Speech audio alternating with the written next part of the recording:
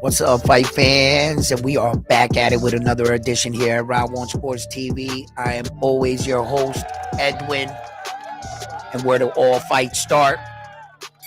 Round one. We have an amazing show for you here today. Please do me a favor and click that like button as you're coming in. We have a lot to talk about. If you're new to the channel, please subscribe to the channel. Let's get right into this video.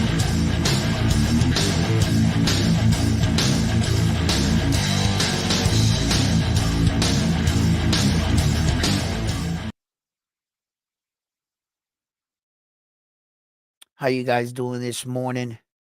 Let me quickly get set up here. Just kind of hopped in. I was out and about, and I heard a lot of things in the boxing world on several channels. I'm a little confused, so right away I want to hop on and want to talk about it. Um, so I'm gonna ask you guys to see what you guys know about some of these stories. So on one channel, it's being reported that they're talking about the future potential showdown between Terrence Crawford and Saul Canelo Alvarez. On another channel, they're talking about Saul Canelo Alvarez versus Jake Paul. Jake Paul tweeted, "Let's go July." What the hell does that mean? What the hell is going on in the boxing world? What the hell did I miss? I step out of my house for a little while. I get back, and the boxing world flipped up on an axis. What the freak is going on? I don't know what to believe. But I'm going to tell you one thing right now. One thing I will not believe is that Jake Paul would ever enter the ring against Terrence Crawford. That's another situation I'm going to call clout chasing. I don't care if the Saudi prince announced it. I don't care who announced it. I don't care if Terrence, Saul and Jake Paul side by side announce it while holding up the contract, taking a picture, date and time with the ring behind them. I don't believe it's going to happen. There's no way you can convince me that Jake Paul would actually hop in the ring against Saul Canelo Alvarez, right? When he weaseled his way out of that fight against Rothman there. Remember the young black African American with the dreads? He didn't fight him. He weaseled his way out because he knew he bit off more than he can chew. See, Jake Paul is a ballroom brawler, a club fighter. They taught him how to straighten out the jab a little bit. The kid's got a little power, and he's scrappy. Professional boxer? You mean to fight one of the arguably pound for pound top Mexican fighters in the world, and you're going to put him against the American style? I mean, the Mexican style? That Mexican style will drown most professional fighters. And Saul Canelo Alvarez, out of all the professional fighters he's been in, criticize him aside, he has an iron chin. No one's ever dropped him. You mean to tell me you guys convinced Jake Paul to get in the ring with him? I don't know what's going on. I don't know what to believe and what to report. I tell you that much right now, right? So as you come in, you're gonna hear, you're gonna hear this part of the video, and I like to know what you think about it because this is crazy. Then I heard on another channel reporting that Terrence Crawford might be looking to take a tune-up fight in between with the Saul Canelo Alvarez fight. So then when I heard that, I kind of said, is that what Saul is trying to do with Jake Paul? And I would never recommend anything like that because it would be the same kind of situation a fighter would put himself that Tyson Fury put himself in, right? He has this Mickey Mouse fight with Francis Ngannou, and then Francis Ngannou went and had a Mickey Mouse fight with AJ. The ripple effect of that which AJ knocked out Francis Ngannou in that brutal fashion, that got to his head. And he must have thought, I'm back. I'm him once again. Coming off that low competition, then hopping right in to bigger competition, or his next fight didn't even give him much of a challenge, neither, AJ. That when he finally went in with Dubois, you saw AJ's performance. In actuality, he looked worse. His defense wasn't as tight. The way he was throwing his punches weren't fundamentally sound as he once was. You can even go back and look at when he was under the tutelage of Derek James there. At least his everything was a bit tighter, and Derek James was trying to get him the confidence to throw with power. That's what he was trying to get him to do. So, as far as that, like,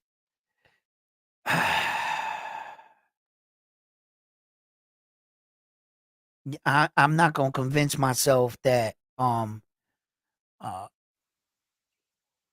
ring with him. I'm not sure what to believe in those kind of situations. I'm not sure, but there's another situation going around in boxing that I found real ironic, right? And it touches on that Devin Haney and Ryan Garcia debacle, right? Where that Ryan Garcia, got suspended. He popped positive for Austrian. They gave him a year ban, and he's gonna soon make his return. I think in like April 26 or something. I think is when he can come back to the sport of boxing. So I guess the Saudi prince scheduled a fight for Ryan Garcia and Devin Haney. Ryan Garcia's opponent is going to be the one and only Romero, right? Uh, and then he gave Devin a fight. Now, I think that these two fights that he put together are supposed to be tune-up fights for their future potential mega showdown between Devin Haney and Ryan Garcia part 2. To set the record straight, to see if it was in fact PEs, and there's all kinds of speculation going out there. But I can't help but notice Ryan Garcia actually got what he wanted. Not only did he get what he wanted, Devin and Bill from what I'm hearing, was compensated for their losses, right? And the situation kept coming about, and then all of a sudden they dropped the lawsuit because Ryan said, I won't give you the fight unless you drop your lawsuit. So the lawsuit was dropped, and here we go. But wait, there's more. Yo, how the Saudi prince put this shit together, and it goes to show you which one of the two fighters is star status and market value is higher. Ryan Garcia and Rolly is the main event, and Devin Haney is the co-main event. They didn't make Devin Haney the main event. They made Ryan Garcia the main event coming off of a suspension. It goes to show you that how much the fan base is speaking up and coming to the defense of Ryan Garcia, because to this day, neither side had proven their case. Neither side can prove that he definitively cheated, that somebody tainted one of his supplements, that the guy that was giving him the IV set him up. All these things are possibilities. Not saying any of them are true. You have at it, right? What I'm saying is that the consensus still view Ryan Garcia at high regards, regardless of the outcome of what happened. Some people might say, well, people want to support a cheater. That's your opinion. You never proved him to be a cheater. The only way he's a cheater is by the definition of the rule. You are responsible for whatever you put into your system. And in that regards, you're guilty. Okay? Okay. Whether or not it gave you any benefits, I'm here to tell you at Round One Sports TV, Devin Haney and Bill Haney, they're not dumb by any means. I can guarantee you Bill Haney hired his own chemists, his own lab guys, and they gave him the results of what was in Ryan's blood. Whatever the amount was, whatever benefit it would have gave him, they informed Bill Haney about this. They informed him. Why didn't Bill Haney sue him under the drugs? He clearly had him. They must have gave him something. They must have told him something. His own scientists had to tell him, yo, listen, this is what it is. Whatever it wasn't good enough for him to go after him for the drugs. Bill Haney sued Ryan Garcia for battery, not for the PEs. Found that ironic because when you speak to your lawyer's going to tell you, you could pay me a shitload of money to go after Ryan for the drugs. His lab guys are going to tell you the same thing your lab guys told you. There's no way around it. So it was obvious he didn't want to sue over the drugs because probably the case was weak. Because had I been Bill Haney's lawyer, we already got him. He tested positive, right? That's a wrap. Then it's going to go down to what he had. What did he give him benefits? Both sides are going to be aware of that statistic. Both sides have chemists, their lab guys on their side. If you already got them and the numbers come out, what's the only thing that's going to stop you from going after him? The result. What you can prove in court. The effects of the drugs that were in his body were going to be read for the world to see. But if you don't take it to court, then you can have everybody thinking the unknown never definitively got proved. But when you take shit to court, that's when everything comes out. Both sides debate the argument. Ain't that what a courtroom is for? Right? Ironically, this shit never made it to court. Ryan Garcia is the main event. The people are saying, I guess, we backing Ryan. The Saudi prince believes, ching ching, dollar amount, Ryan's more popular. Whether you feel as a fan this is right, wrong, or indifferent, I guess don't watch the fight. I know millions of other fans that are going to. Is Ryan Garcia and Devin Haney good for the sport of boxing? Is the look that Devin Haney's bringing to the sport of boxing, or has it been a black eye from the beginning? Has Devin Haney and Bill Haney, are they bad for boxing? How many videos have you seen of hundreds of YouTube channels talking about Bill Haney's mouth versus Devin Haney's? I know one thing, that if the boxing world really wanted to, just play everything Bill said leading up into the Ryan Garcia fight, how he's going to send his son in there to kill him, how he's going to, had Ryan Garcia said all that, just pay attention to everything he said. He made all those claims about his son. Did he bite off more than he can chew? And what happens when we get the rematch, but we get the same result? Will the fight fans still call Ryan Garcia a cheater? Or would you definitively say he has resolved his name It is official. He beat him. Or do you think the people are going to still say, it's okay, he beat him, but the first time he cheated? Like they're going to try to give him credit for the win, but discredit it in the same sentence by calling him a cheater still. You know how that is. You do something in life, maybe you didn't mean. Go to jail, you pay for your crime. And in some people's eyes, for the rest of your life, they're going to judge you for it.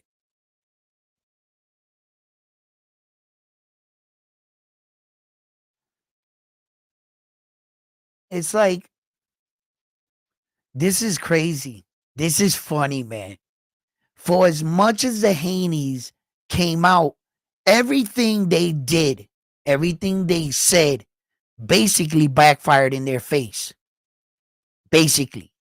Everything that they said that Devin Haney, how much better he was, how much successful he was, how much numbers he does, that was their whole thing. See, these guys, they live by that lifestyle, the bling bling. Devin Haney and them, the persona of them being and having all this money. Now you see Devin Haney nowadays, he don't got no bodyguards with him. I don't see much of the bling bling. And his star status is, taking a hit. But there's also a flip side to that coin. I mean, his star status taking a hit, but he's still being talked about. Devin Haney's career is truly in his hands. He goes out here, he goes out there on the undercard and does a better performance or whatever than Ryan Garcia. I think that the powers that be, here's the corruption once again popping its ugly head into the sport of boxing, and where that you have to understand that there's a business sense of boxing. What makes money, what sells, not really about who deserves it anymore. What justice should be. This is not a courtroom. Boxing is not holding Ryan Garcia on trial. Boxing is a business that is using Ryan Garcia's star status to make money. They're not concerned about your opinions or who's butthurt over this outcome.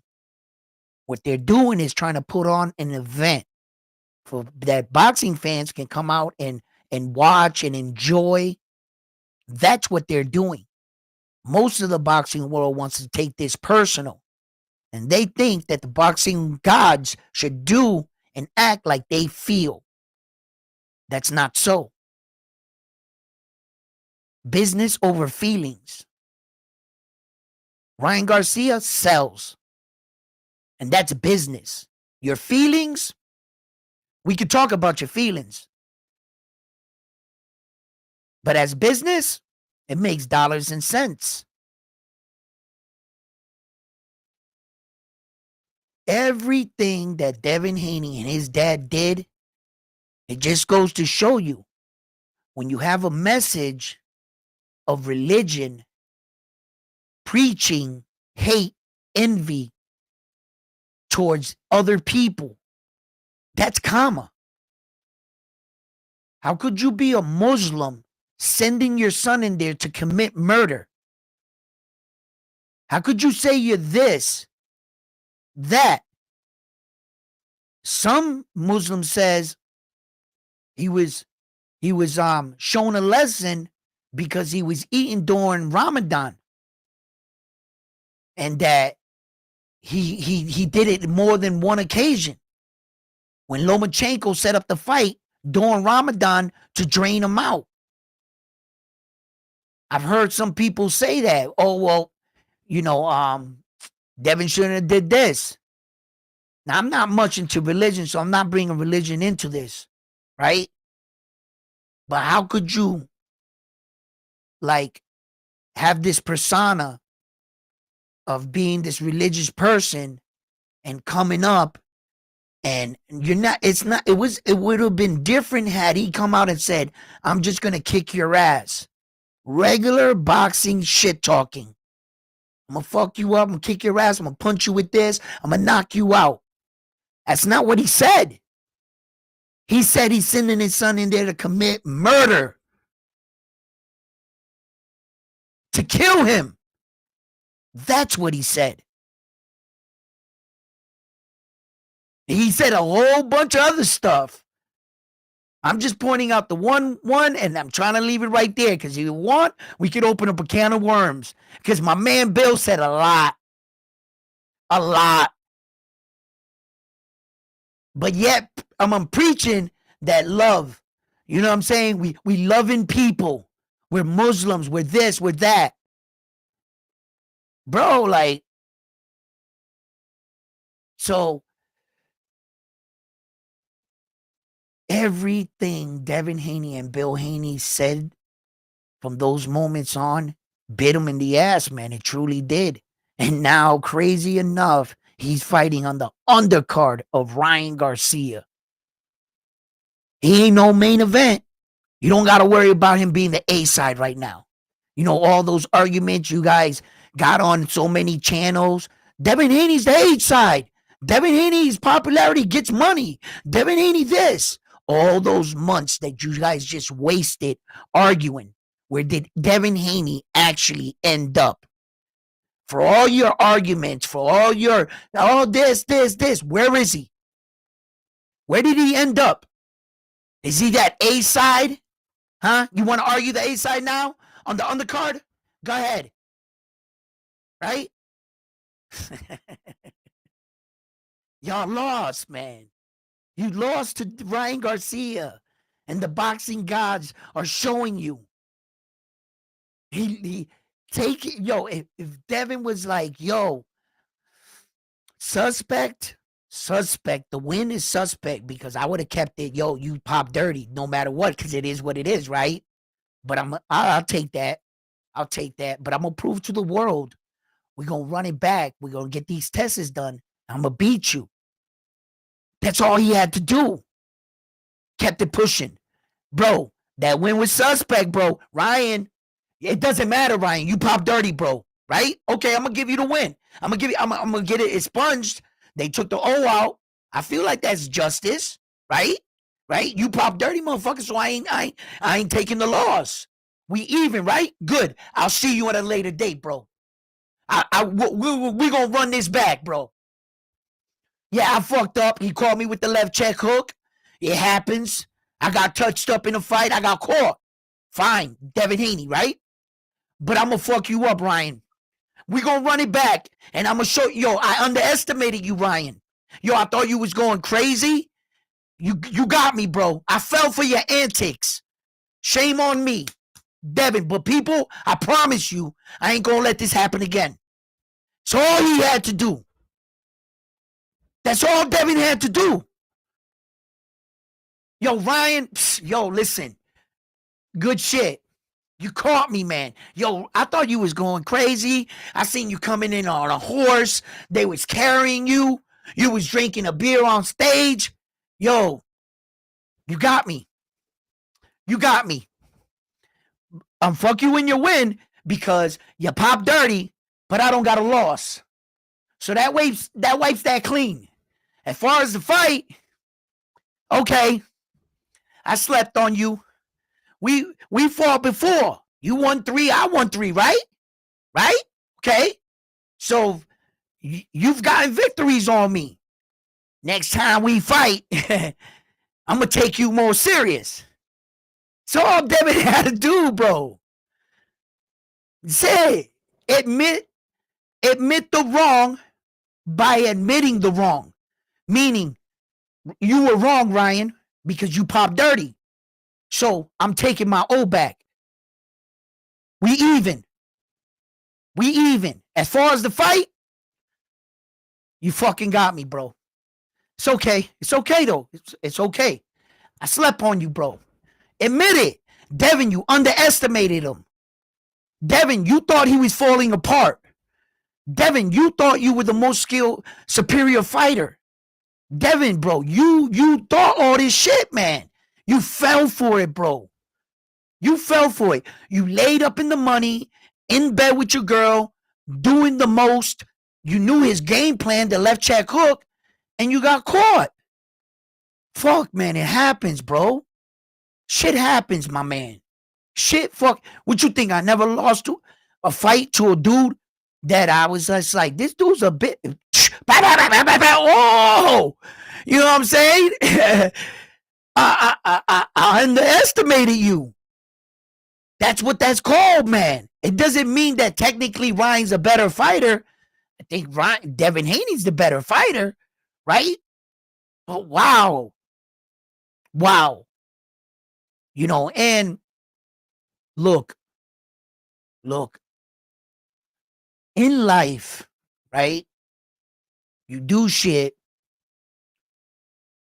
and whenever shit happens good for you, they call it a blessing, right?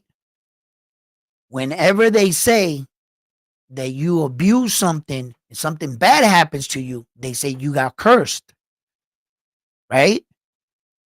Sometimes some curses can be blessings in disguise. A lot of this can be looking bad for Devin. The situation, what his father said, their approach to what happened with Ryan, you know, they could turn all this around. All of it. They could turn it all around. It could be seeming like there's a dark cloud over Devin.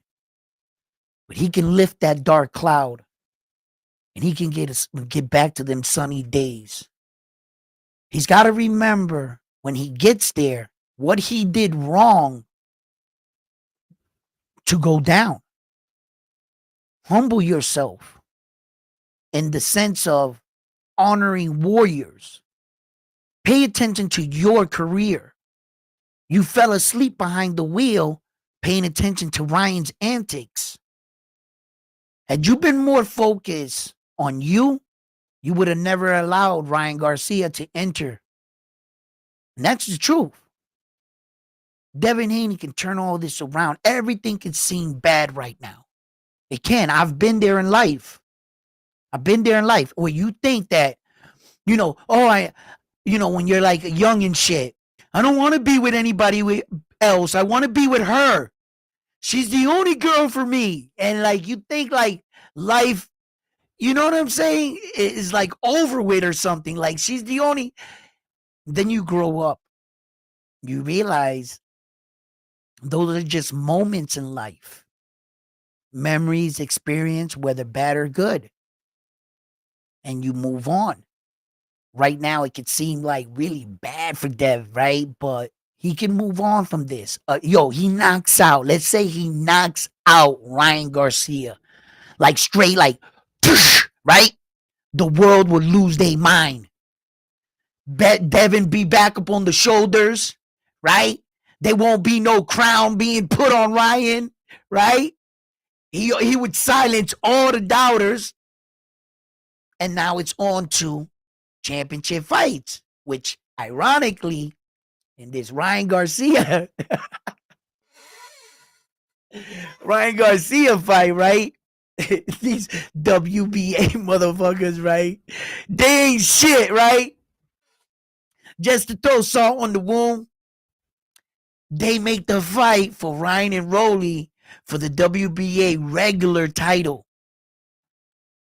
It's not the official title. Standing only, I got that right. But and then you want to know something which is crazy?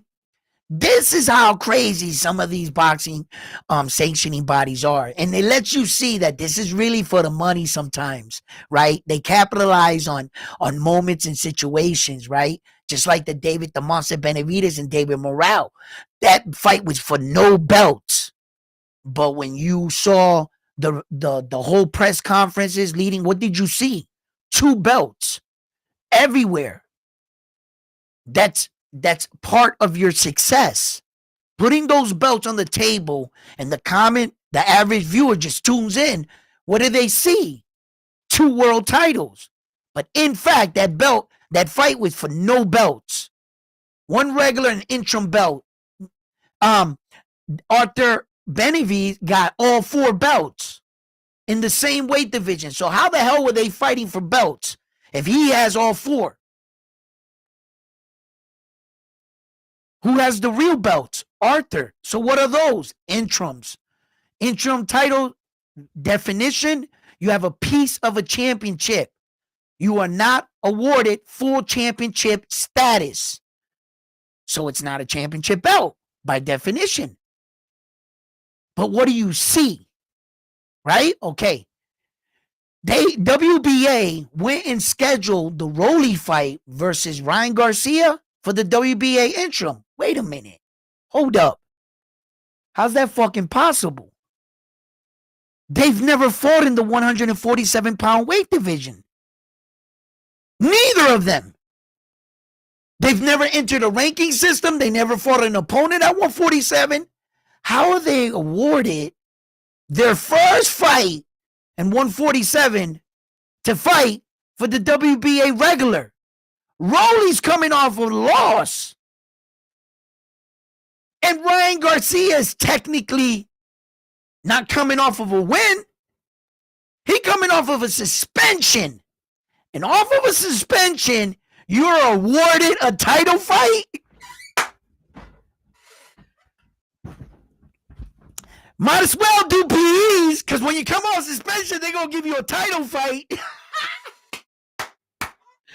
Yo, I can't make this shit up, bro. Oh my God, the boxing world went crazy, man. They lost their mind, man. What message are you sending to boxing? Yo, my man, don't worry about it. If you pop dirty, look at me. As soon as I came back, he's dirty. Yo, but the boxing gods don't see it like that sometimes. What they see is money. Capitalizing on the right time and the right moment. They got their number guys back there punching in the numbers. Hey, what? If you put this Ryan Garcia fight in here and Devin on the undercard, I'm doing the numbers. Check this shit out. Right? But if you make it for a regular WBA world title, yo, that number machine is, yo, they's breaking. Them numbers is rocking. These dirty motherfuckers, man. The favoritism, the double standards in boxing. Yeah, that shit is real, bro. That shit is fucking real, man. Name me a boxer coming off suspension supposed to get a title fight. Huh? Come on, people. What's right is right, man. What is right is right. You can't get right. Ah. Fucking boxing, bro. Fucking boxing. Yo, let me read y'all shit, man. I keep telling him he's ducking because he knows he will be exposed. Arnaldo, what's up, baby? Yo, I be getting y'all shit is mixed up because, and then Arnaldo Nieves be here, and then Chef, and you guys got like the same thing.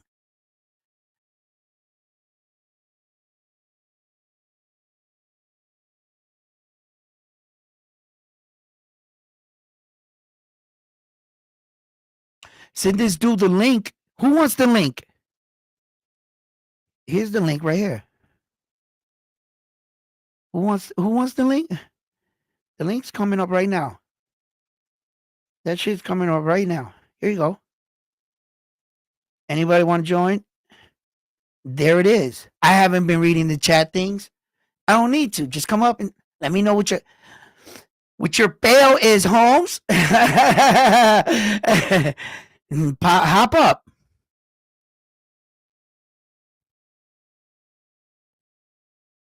What? I just started hearing.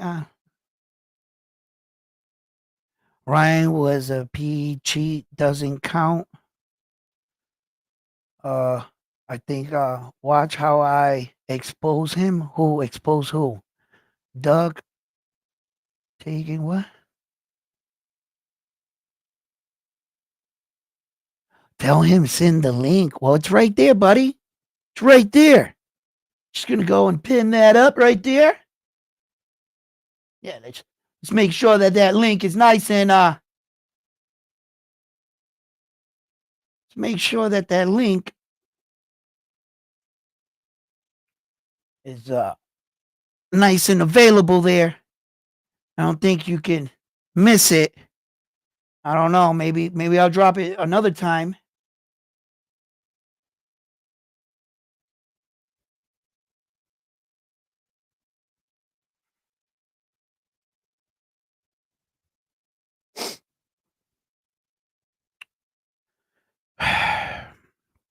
Sitting waiting around.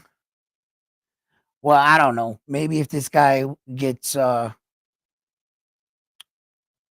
courage to come up, I don't know what he's doing.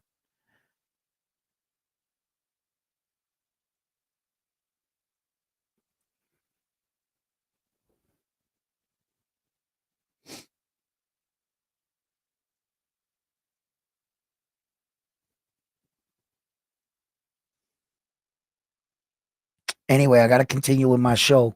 Uh, a lot of people have a lot to say, but when they come up or they're going to come up, they're going to find out very quickly that I was never really arguing the point that Ryan wasn't a cheat. Obviously, he got held a suspension.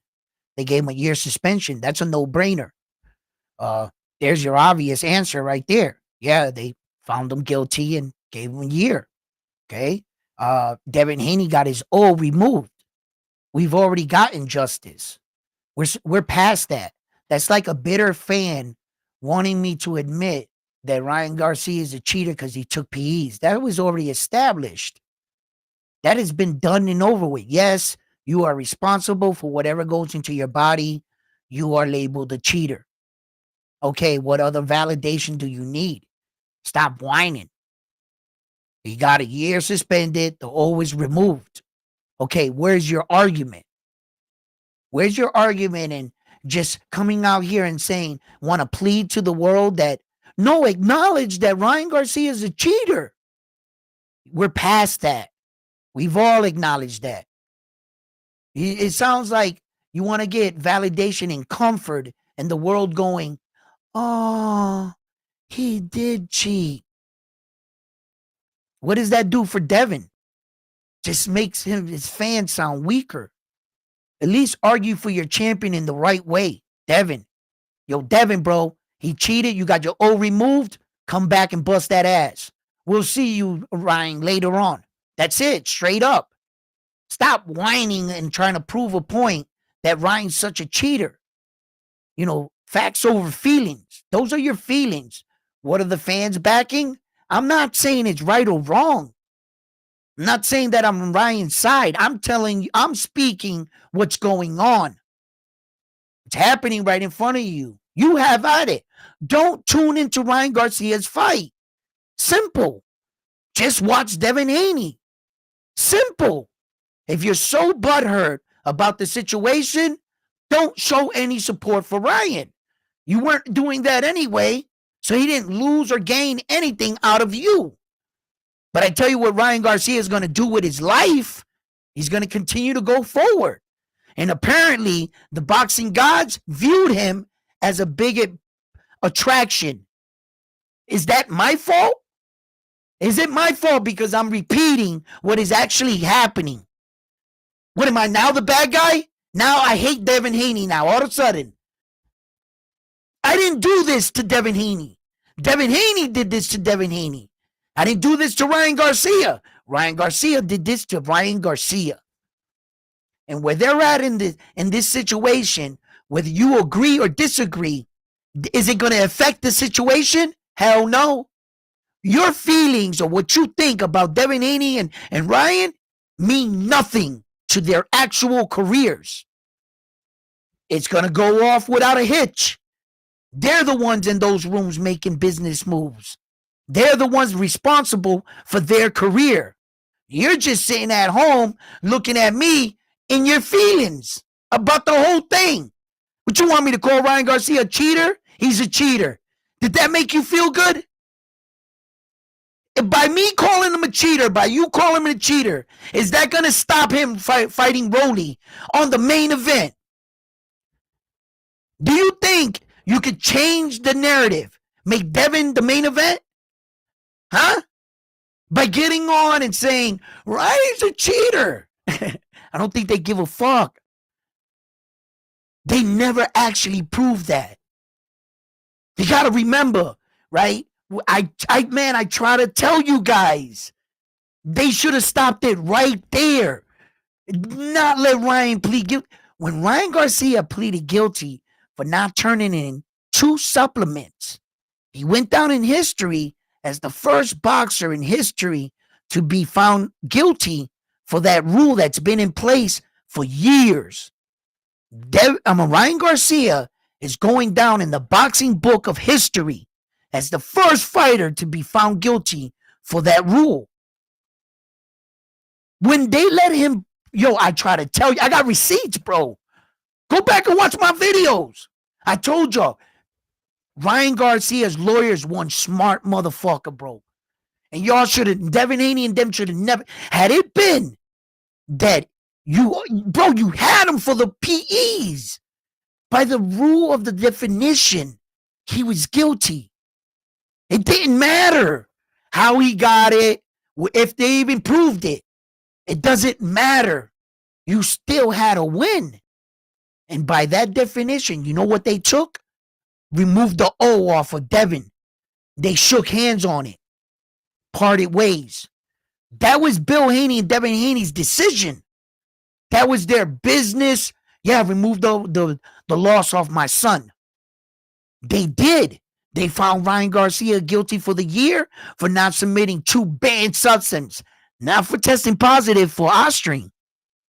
Find me anyone, I dare anyone on planet Earth, find me not a type-written article by some reporter that's in his feelings or wants to tell you what he feels. Don't give me no ESPN Mike Coppinger report, because that don't count for shit. Just because he's a reporter and highly regarded, he can still type with what he wants. He can push any narrative he wants or any narrative someone's paying him to push because of his name. So nobody's YouTube channel or report from fucking find me a guilty verdict. The actual verdict for what they dropped the hammer on him with.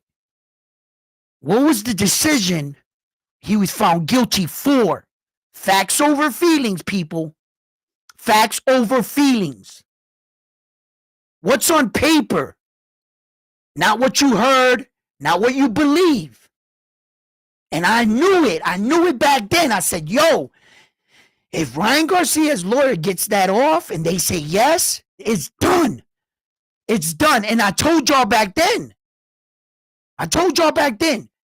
So now, what do we got? A bunch of Devin Haney fans coming on people's channel talking about PEs that technically he never got found guilty for. That's just the God honest truth. Show me a guilty verdict on paper, not people's mouths, not people's little quotes online that don't mean nothing.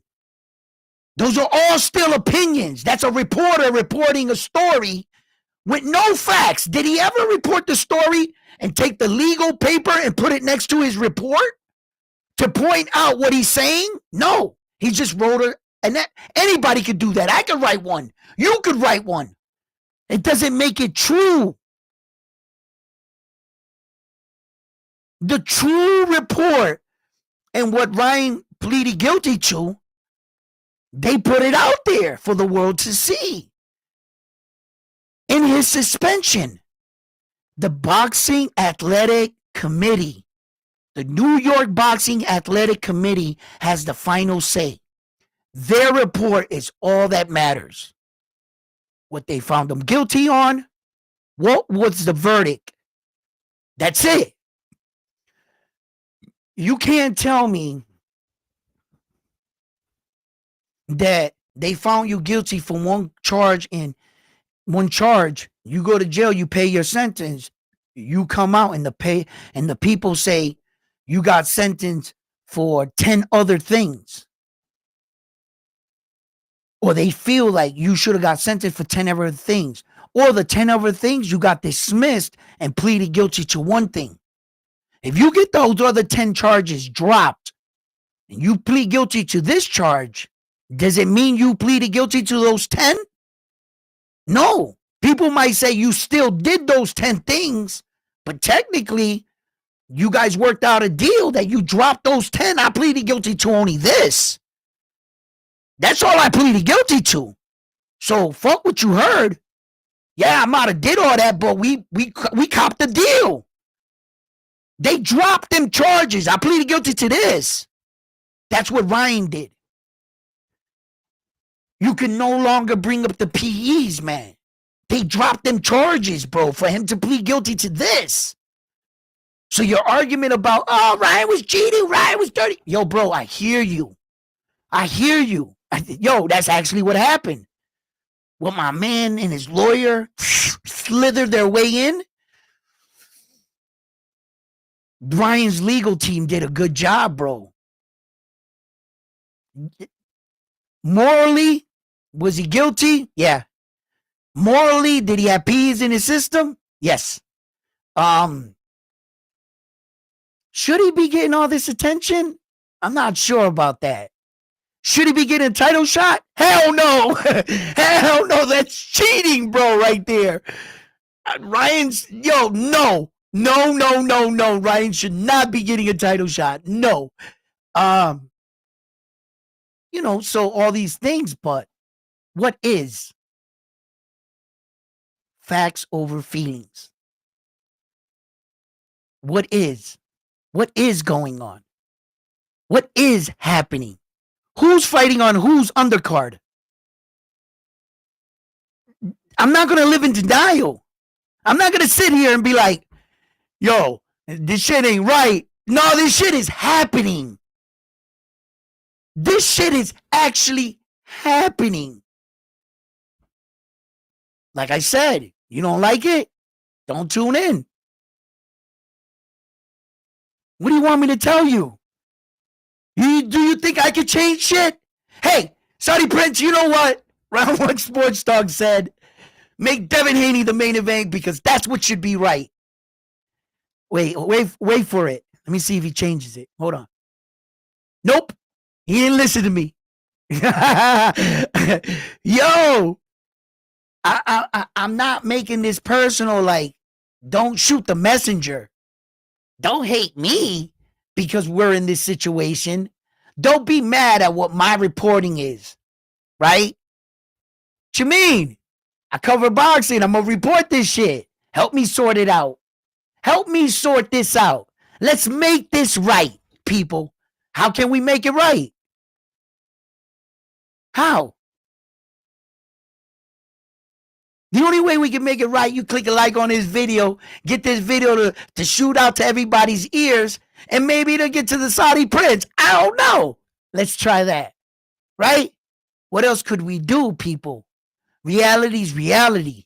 And reality's a mother. Ryan Garcia is about to fight Rolly, bro. Devin Ramirez, the undercard of that, there's a lot of, names being thrown around. The card can be amazing. Let's see where we go. Let's see where we go from here, people. I mean, it's kind of like one of those situations where that you start to see that a lot of these channels are finding a lot of these moments. Hold up, we got a little gas. We got a little gas.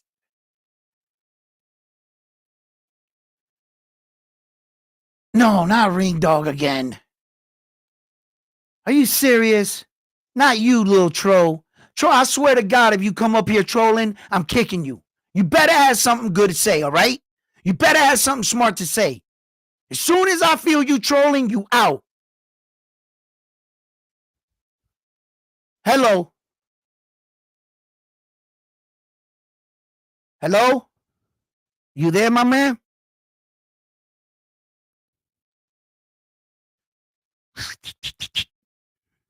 Yup.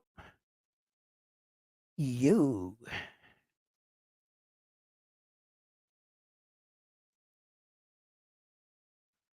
I don't know. I guess fix what you gotta fix. I'm gonna leave you in the background. Just fix what you gotta fix. Let me know you. All right. So I be even trying to like give the trolls a little opportunity, right? Because he's definitely a troll, right?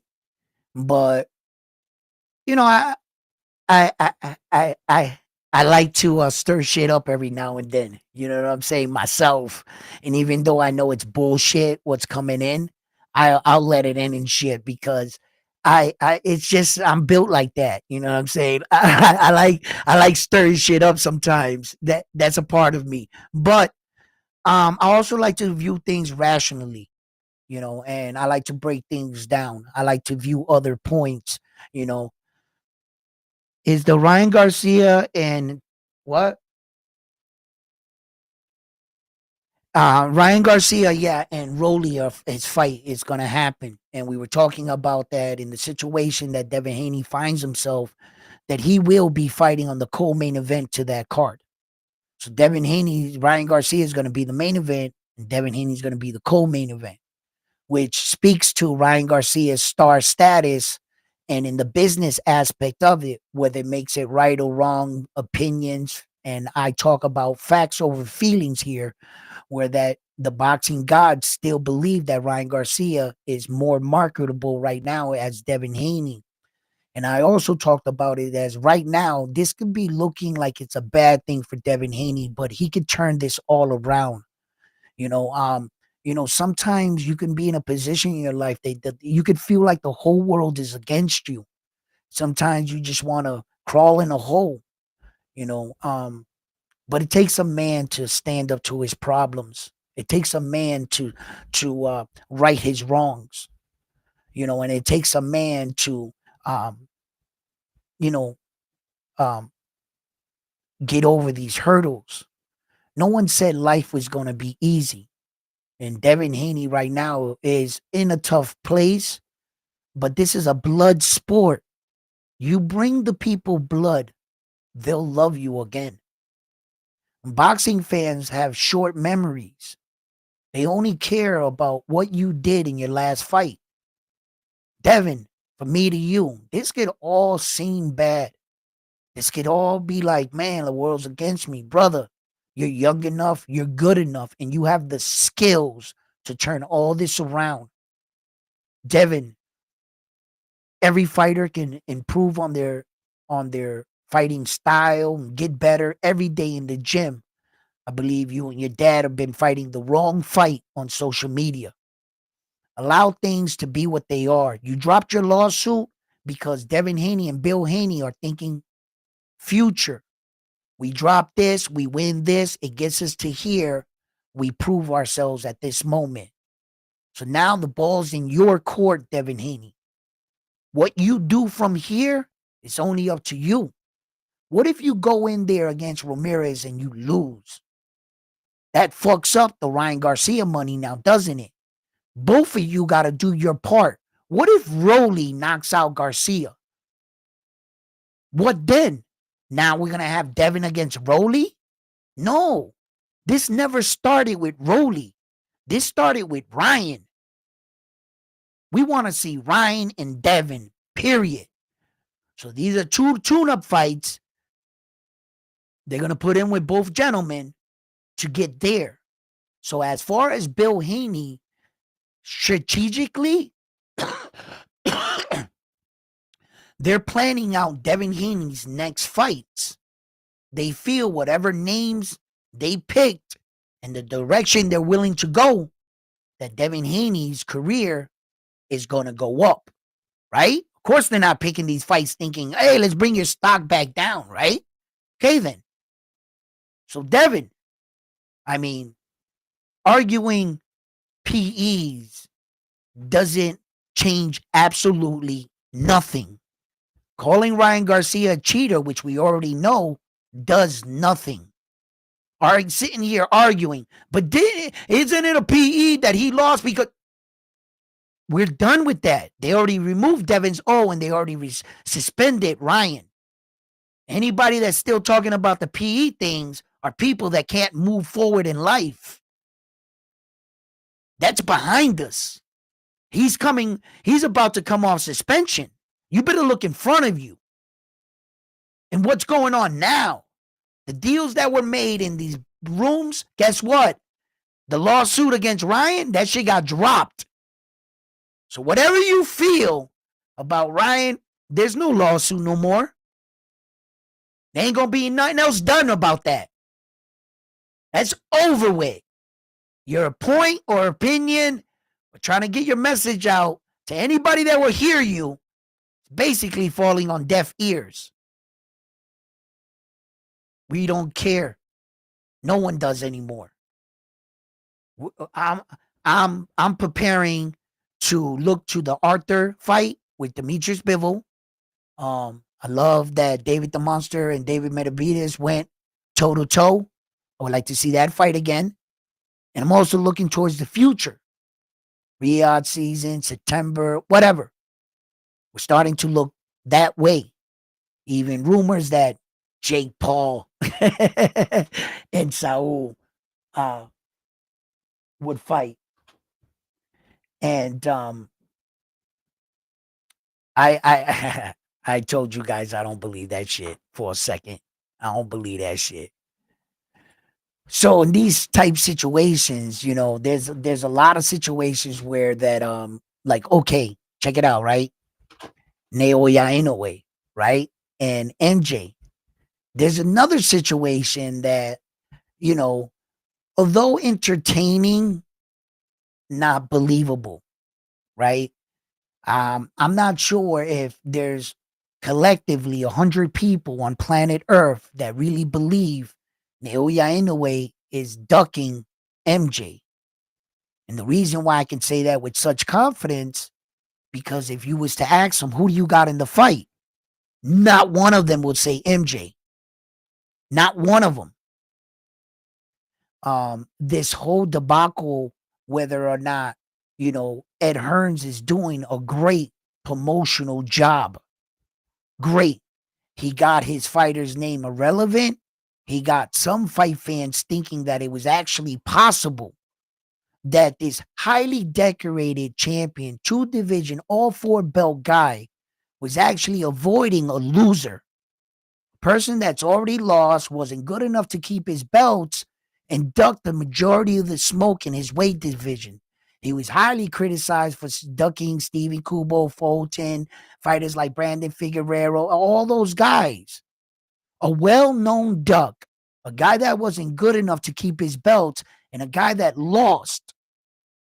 Look how Ed Hearn dressed that guy up with the backing of the WBA and their shady business dealing. As you can see, they're giving Ryan Garcia a title fight coming off of a suspension. All you have to do for the WBA is fight a guy in the top 50, and the next guy was in the top 80 ranking. Nowhere near the top 15. He fought those two types of opponent. You're awarded a mandatory spot by the WBA.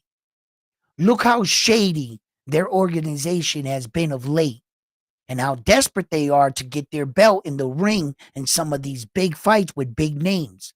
They'll do anything to get their number one guy in the ring with a fighter like Naoya Inoue. For example, sometimes you got to pick up on the signs, and they're real subtle in moments. If any of you had the opportunity to watch the Clarissa Shields fight, now tell me, what was that fight for? It was for all 4 belts at the women heavyweight division. But wait a minute, what did you see? What you saw was the WBO in the ring by itself. Why? The WBO was the last remaining belt she needed to do this, right? And the WBO is placed in line, was there. The WBO was hosting the event. Yeah, you can come out of the locker room with the rest of your belts, but what's being advertised was that WBO pink belt and it was in the ring by itself. Which goes to show you, when in the rotation in Naoya Inoue's belts, he has 4 mandatories, right? He has to honor the next man in line because their belt is going to host the night, just like the WBO did. The other belts had to come out of the locker room. Terrence Crawford had her ringside magazine wrapped around him. You seen them when they walked out with the belts. While the national anthem is being played and everything else was going on, there was only one belt in the ring. You guys got to understand that there is an order to things. Just because he's the WBA mandatory ranked opponent with not fighting any of the top fighters, I bet you Naoya Inoue's team's laughing at him. Come on, bro, with your bullshit ass ranking that the WBA gave you that you didn't earn. They're probably not even taking him as a serious contender. And Ed Hearn done talked him up like if Naoya Inoue's ducking him. Great promotional job by talking up one of the biggest ducks at 122. Don't remember all this, what MJ did. Don't look behind the curtain. I'm saying Naoya Inoue's a duck, and he should be taken off the pound-for-pound list. Wow. Words are powerful, huh? Misleading. But if you know your history, and you've been following these fighters, like I have, wow, did they dress MJ up. That is one of the cutest ducks I've ever seen. And one of the toughest.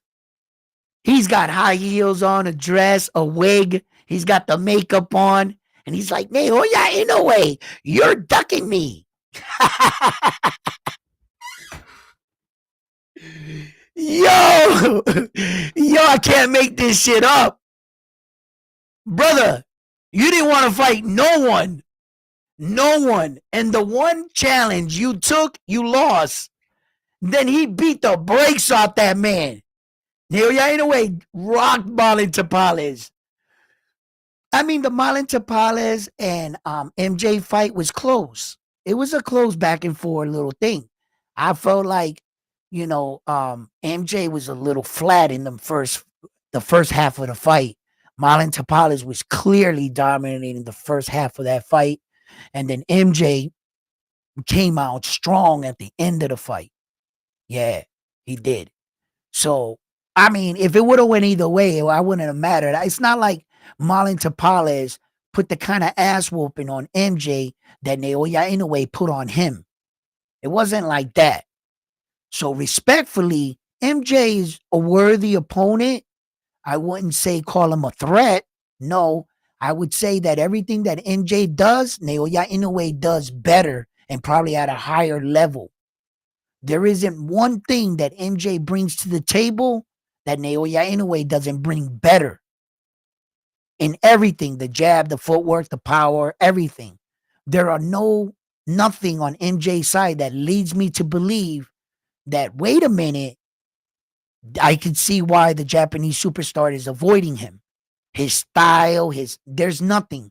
Naoya Inoue's been against his style, and there have been men that pulled off MJ's style better than him, like Jonito Donaire, and Naoya Inoue was able to defeat them. Yeah, so that's just straight garbage, bro. Ryan was supposed to fight in Japan. Allegedly, Oscar De La Hoya was never going to sign off on that. And I told you guys that. I reported on my channel. I got receipts. I was 100% right once again, guys. I told you. Why would Oscar De La Hoya sign off on his superstar to fight in a gimme fight in Japan? What if Ryan Garcia gets hurt in that fight or loses? Now your star status, that number one main event they gave you for the WBA championship, you wouldn't be getting that now, Ryan, would you? Had you went out to Japan and fucked around and lost to that dude, there's no way. I told you guys Oscar was going to sign off on that. He's not going to fuck with, he's too invested in Ryan. Now that Ryan's stock is up here, why take a risk? Just, yo, Ryan, calm down, sit out for a year. I know you want to stay active. I got to wait for you to stay active. I'm going to fly in some of the best sparring partners for you. Go in there and shoot 12 rounds with those guys on the low. Stay active in the gym, but don't go to Japan and fight. Yo, that would have been a dumb move on Oscar De La Hoya's part, because Oscar De La Hoya owns the rights to Ryan Garcia. He can't fight anywhere without the approval of Golden Boy. Remember when Golden Boy had that signed that $100 million bullshit ass contract with Ryan to get the kid to stay with him? You know, these are all promotional gimmicks. But Oscar does own the rights to Ryan. If it was so much, in fact, that Ryan can do whatever he wants, like these people say, oh, it's the fighters. They could schedule a fight and fight if they want to. Bullshit. The perfect example. Could Ryan Garcia go in Japan? Yo, they made flyers, posters, everything. And until Oscar put ink to pen, that fight wasn't happening. Oscar controls Ryan. So when you guys are saying, yo, Ryan could have made this fight, it's obvious who has the power here. Ask Oscar why he didn't put them fights together. Because that the promotional power right there, struggle, was shown on full display, and the world saw who really has the power. Because if Ryan can want to do whatever he want, he could have just went to Japan and fought dude.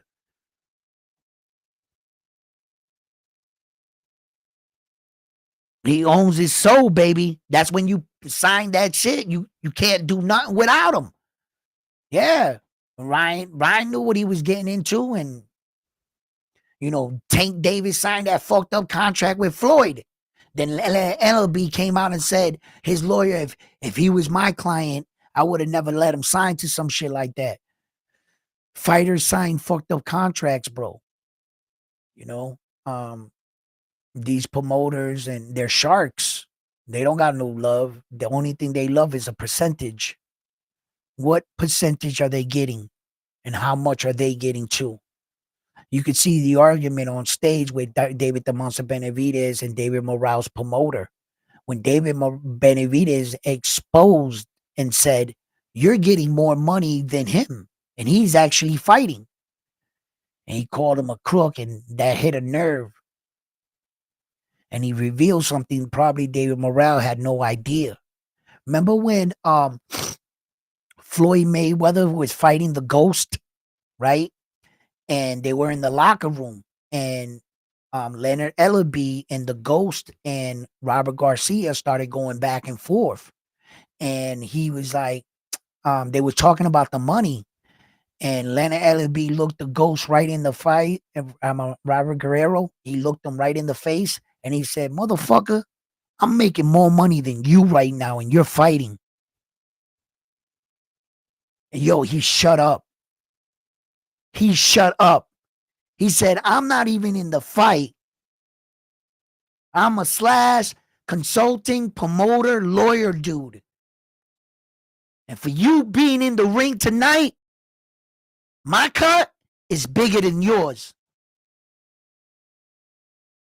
What do you think about that? He's actually fighting. He didn't make yo, that was cold. That was cold. That would fuck with your mind going into the fight. I'm actually in the ring getting my fucking face punched in, and this dude with some sunglasses and a suit is making 3 times more money than me on my event. It's fucking boxing for you, bro. Fucking boxing for you. Huh?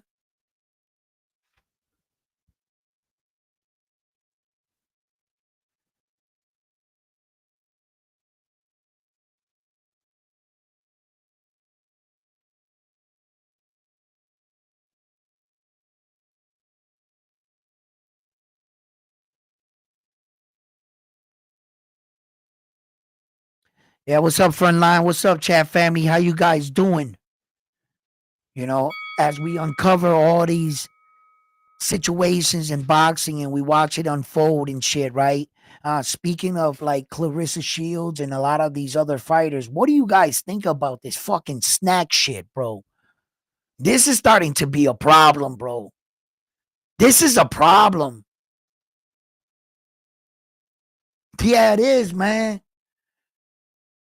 I look, man, I'm not making any accusations towards Snap. Let me make this perfectly clear. I do not have any proof. Um, I'm not accusing them of cheating. I'm not accusing them of giving these fighters whatever you may feel like they're giving them. But I'm gonna just point out some situations here. Ever since Demetrius Andre got on that snack shit, you saw what he did? You saw what Clarissa Shields was able to do?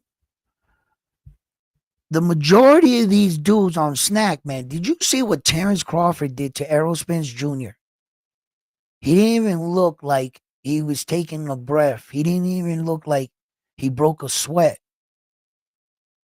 Upwards, as he got older, he just one day got stronger, faster, and had more energy than it, like at least in the other fights, you would see him start breaking sweats and shit, and like, yo, this snack shit is getting out of control. Clarissa Shields can just blow up like this and be that strong, that fast. Like, they're getting older, but getting faster and stronger in every sense of the word, man. It's truly remarkable, bro. Think of all the snack fighters that are on snack right now. Keyshawn Davis, all of them. All of a sudden, Keyshawn Davis is a fucking power puncher that can knock out a guy that comes in 6 pounds overweight. Like nothing. He struggled in that fight against that one dude and he caught him with flush shots, just like that. They didn't just seem to have that kind of pop to him, did they? Is he getting stronger, older? Perhaps. But the snap situation is getting, I can't ignore it anymore. Now I'm actually like, look, this is the problem, right? The argument stands for me that I don't accept any of Victor Content's rebuttals. I don't accept anything that the snack program has to say. And the reason why is because I don't think you should have been here in the first place. So if I don't think you should have been here in the first place and I feel they should have never allowed you into the sport of boxing, then I don't want to hear why you're here because my whole argument is you shouldn't be here. And if you ask me, is snack good for the sport of boxing? No. No. Because now you're making my champions' legacies in question. You're actually hurting the sport of boxing and all of these fighters. So are you good for boxing? Hell no. Hell no. Because without the SNAP program, who would have questioned Terrence Crawford's win over Errol like that? With all the highly controversy and everything that comes with Victor content, now you're giving the people an opportunity to say this, this, and this. You're actually destroying my fighters, my boxers. By you being around, the label they have on you is it's who you hang out. I'll tell you who you are. Now, how are you good for the sport that before you came to the sport, none of these guys were questioned for steroid or PE use? Now, everybody that's affiliated or associates with you, all those fighters' careers are being questioned because of you, because of what you've done and your name. Before you came around, everything was cool with all these fighters. So how are you good for the sport? When you're bringing the black cloud and the questioning to these fighters because of your product is what's being in question. Do we believe that you're just up wanting the steroid people? Like you're ahead of them. You've made new steroids they haven't been able to ban yet. That's been thrown around as a possibility. Do I know that to be a fact? No. Can I definitively say something like no? I'm just repeating what the consensus of the fans are saying and thinking. And I have the right to report that. What do you think about that? Is Victor content good for the sport of boxing? Do you believe that he should be banned? Listen, brother, I, I'm not saying, sir, I don't want you to stop providing for your family and, becoming successful. I believe you have a few dollars in your pocket. And if you really wanted to contribute to sports, design new basketballs, new boxing gloves, new pumps, gear. Show your contribution in a way that doesn't have to do with chemicals and the very thing you were sent to prison behind.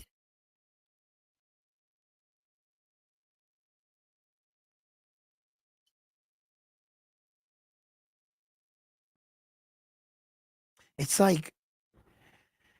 like a bank hiring a bank robber for their manager. We want you to run our bank. And they wonder why they come in the next day and the bank's been robbed.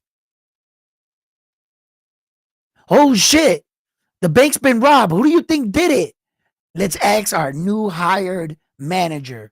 Hey, bank robber, who do you think robbed the bank? Come on, man. Who do we got here? Frontline, my man. Frontline in the building. Yo, you hear me? Yeah, I can hear you. Que la que hay? Yeah, what's up, Bobby? How you doing, man? Another day. From you, man. At least you were able to figure out the sound thing. Well, you see my picture, right? So no stupid people beyond this point. I like that. I like that. Yo, what's up, man? How you doing, Frontline? What you want to talk about, baby? What's Yo, let me going ask on? you something. Yeah. On a serious note, do you Yep. honestly give Clarissa credit for this past fight with a 42-year-old 5-0? Yeah, Hell no. granted she had a belt, Hell no. Hell no. but Nope. No, there's only 17 women heavyweight contenders in the entire women's heavyweight division. There's 17 fighters in the world. The division is new. There's no way she can get status on a competition level. So I already knew that. So she's doing something new. She's like going, trying to promote women boxing. Look at us, women, yay. And in that regards, I said, let the girl have her moment, right? But we as like boxing hardcore fans, I understood the value on what she was doing for women's boxing. Although she's arrogant, she doesn't like to share the stage, and sometimes I feel like she hurts it. Um, I don't have to sit here and go, yo, Amanda Serrano is the greatest female champion of all time. I already know that. I already know that we don't have to stoop ourselves lower than them.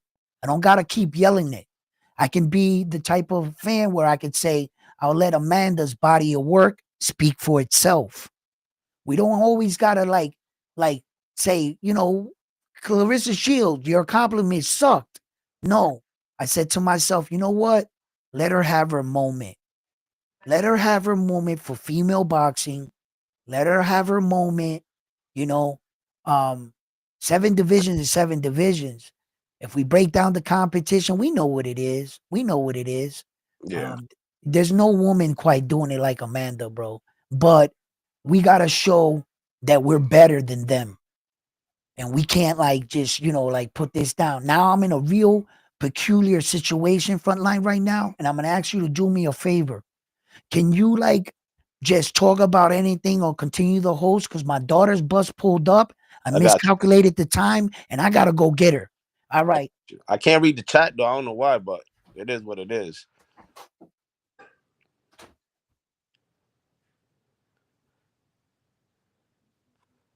Oh, here we go. I want to know what's his name? Where he at? Liban Asomali. Click that link, Papa. I got that fuego for your ass.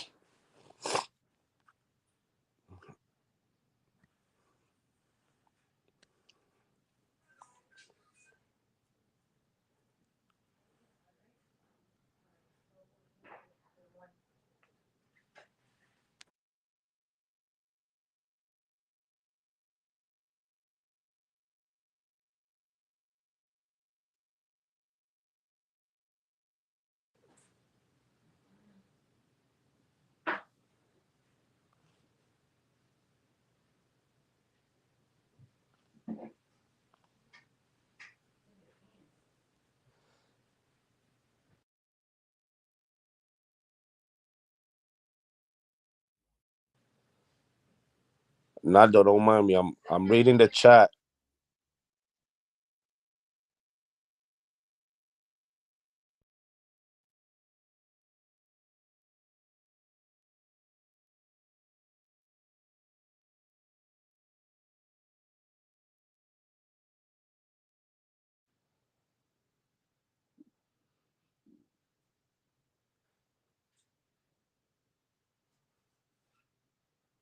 Okay, there we go. Now the chat's starting to come in. I figured this shit out.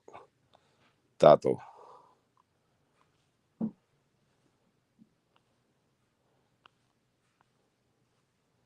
No hace caso, Naldo.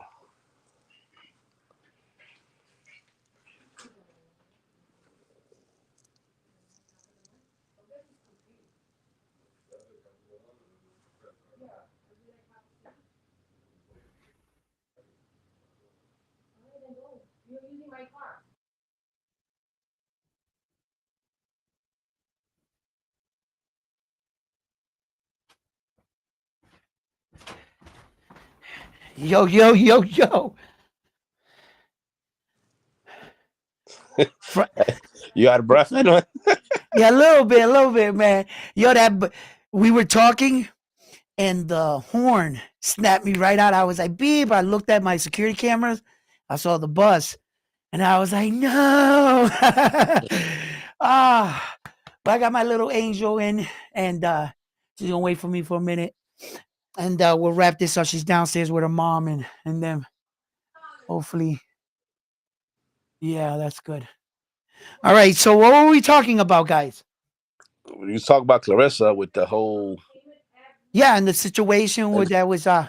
You know, you feel what I was saying though, frontline, right? Of course. Yeah. You know, like you know, I just sometimes I feel like we don't got to always try to stoop to their level to, you know, and I understand what their objective was, you know, but when it comes to competition, we know what it is, bro. And then what do you think about this Ryan Garcia situation and Devin Haney fighting on the undercard? That's good for Haney's ass. It's crazy, right? That's good for him. I mean, shit. He went. Okay, let's get over the part that we all know. Ryan came in overweight. Whatever that was, Haney got paid for it, right? Right. Okay, we're past that. They fought. He ended up getting caught with the PED, or even though it was so minute that doctors and scientists and sports scientists already clarified that it wasn't enough to give him a performance. Okay, cheating is cheating. I get it. We're past that. Now you're going to come and try to sue for assault and battery in a combat sport? Not a good look. Not a good look. And then now you want to make that money up and say, fuck it, let's fight on a rematch after you did all that fuckery. Mm-hmm. And now Ryan's not giving him the opportunity. Look, you put me through hell. I'm not going to give it to you. It is what it is. Well, he's not going to give it to him now, but By Devin Haney dropping the lawsuit, it reveals that they are gonna fight because the whole thing with the Saudi prince was Devin Haney and Ryan, I'm gonna get you to fight. Ryan's only request was you guys drop the lawsuit. And Devin Haney said the only way he can get the fight if he drops the lawsuit. So the lawsuit has officially been dropped. Well, here goes the kicker now. Now Yep. Ryan hired a separate drug testing company. He's an Even idiot. even though he is using Vada as well to please Haney. Right. Now we're gonna see if Vada's really playing games with, you know what I'm saying? Backing Right. Haney up and playing games, and Right. Haney's gonna have a second opinion now. So Okay. Okay. For the boxing world, that's an interesting point, Frontline, and I like that you brought that up. Okay. Here's the scenario, guys. For all you conspiracy theory people out there that believe that Vada's so eager to tamper with supplements, you have to understand that they're putting their credibility and their name of their testing facility just for Ryan Garcia? You mean to tell me that they are the world leading in testing for a reason? They got the best labs in the world. The only two entities, maybe three in the world that can test for all of this. And what you want them to do is just, let's play games with our name, our credibility. Let's have us accused of tainting supplements or having someone being able to have the ability to do that under our name. Now, this is not all falling under Snack or Victor Content. It's all falling under Vada. Now, let's see how we got here. Let's not forget that Vada is an outsourced, hired steroid, meaning leading into the Devin Haney fight with Ryan Garcia, the only people that were testing him was the New York Boxing Association. Edwin, I don't mean to cut you off, but don't Yep. Vada just collect the samples and then they ship it out to another company for the To testing? WADA. Right. So it's like a LabCorp. LabCorp collect your blood and then they ship it out to these labs to do Yep. the testing. Right. Then the lab sends back the results to LabCorp. LabCorp communicates the results with the so on, whatever. Right. So Okay. Vada ain't shit but a sample collector. And then you got WADA who does the actual testing. Yes. Is Victor Conti associated with WADA or just with Vada? Okay. Victor Content is a felon that was convicted for making some of the banned substances in the peas that we have today on the market. The way that he made this, he came up in the Olympics, he tried it in baseball, multiple sports, and he called what he had like this liquid serum. He's the godfather of some of the best steroids in the world. So what he did, they got caught, was trialed, was convicted. Vada, WADA, those kind of entities, he was the best at what he did. Upon his release, they hired him as an outside consultant, meaning if we ever have a situation with a guy that we think there's something fishy here, call in Victor Content. Victor Content comes, looks at the test results, and says he's using this, this, and this to combat it because this is what it would show up under. And I'm sure this guy is dirty. That's how they would go and bag these guys. He doesn't actually work for them. He doesn't drive to work and into the building. No, he's a Whenever consultant. whenever they need answers, they call him. So by doing this, he established himself. Look at me. I have changed my ways. Vada, Wada, they're all asking for me. I'm just a man that wants to change my stars. By the way, if I'm already giving you consultation on these boxers, can I start my own vitamin program called SNAP? And they were, Snap. go ahead, do Snap what is you want. welfare. Do what you want. Snack, not snap. Snap is welfare recipients. Right. They're all on welfare. Anyway, so he makes this snack shit, right? And I'm just sitting back and I'm saying to myself, y'all motherfuckers actually let this evil mad scientist that was is responsible for 95% of the best steroids in the world ever created. He made them. And you guys decided to allow him to be with athletes again? I could see if he made mouth gears, boxing gloves, stuff. But you're allowing him to play with chemicals that got him into trouble in the first place. So I was just like, it's not a good look. So, okay, back to Ryan Garcia. Now let's just remember that Ryan Garcia was going through this whole meltdown, right? He was smoking weed. The world thought he was on drugs. He was riding in on a horse with no shirt on. People were like, yo, this is weird behavior. He must be on drugs. So remember when they were they were talking about canceling the fight? They called Ryan Garcia into the office, the athletic committee, boxing committee, and they said, we don't feel that you're mentally stable to go into the fight. Ryan and his lawyers proved, wait a minute, I might have said some shit, but I never harmed anyone and I haven't harmed myself. So I'm not mentally unstable. You can't cancel my fight because I'm acting like I'm like this. They all agreed. They allowed the fight to continue. So Ryan Garcia doubled down on his own bullshit. He hired Vada. Let's remember, Vada was never in the picture. Ryan Garcia basically took a gun and shot himself in the foot. Vada was never testing any of these fighters. Ryan said, I'm going to show the world and I'm going to show you guys that I'm clean. I'm going to go and hire out of my own pocket Vada, and Vada's who screwed him over. So had Ryan Garcia never entered Vada into the equation, none of this would ever happen. Never would have happened. Never. Remember, Vada is a hired outside. The athletes got to hire Vada, just like David the Monster Benavidez did. Same shit. It's not like it's a mandatory. This would never had happened if Ryan didn't hire them. So it's not like, it's the people you hired, and then you're turning around and saying they set me up when you hired them.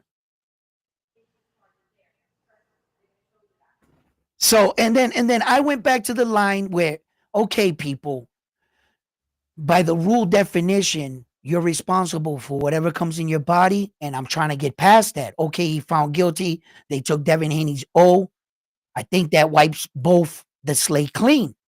Then everybody was saying that Devin Haney was so much better, or that they feel like his stock can be facts over feelings. But what's true? Out of everything that the world said about, or these channels said about Ryan Garcia, who's the main event? Who did the Saudi prince deem more marketable? Whose stock was higher?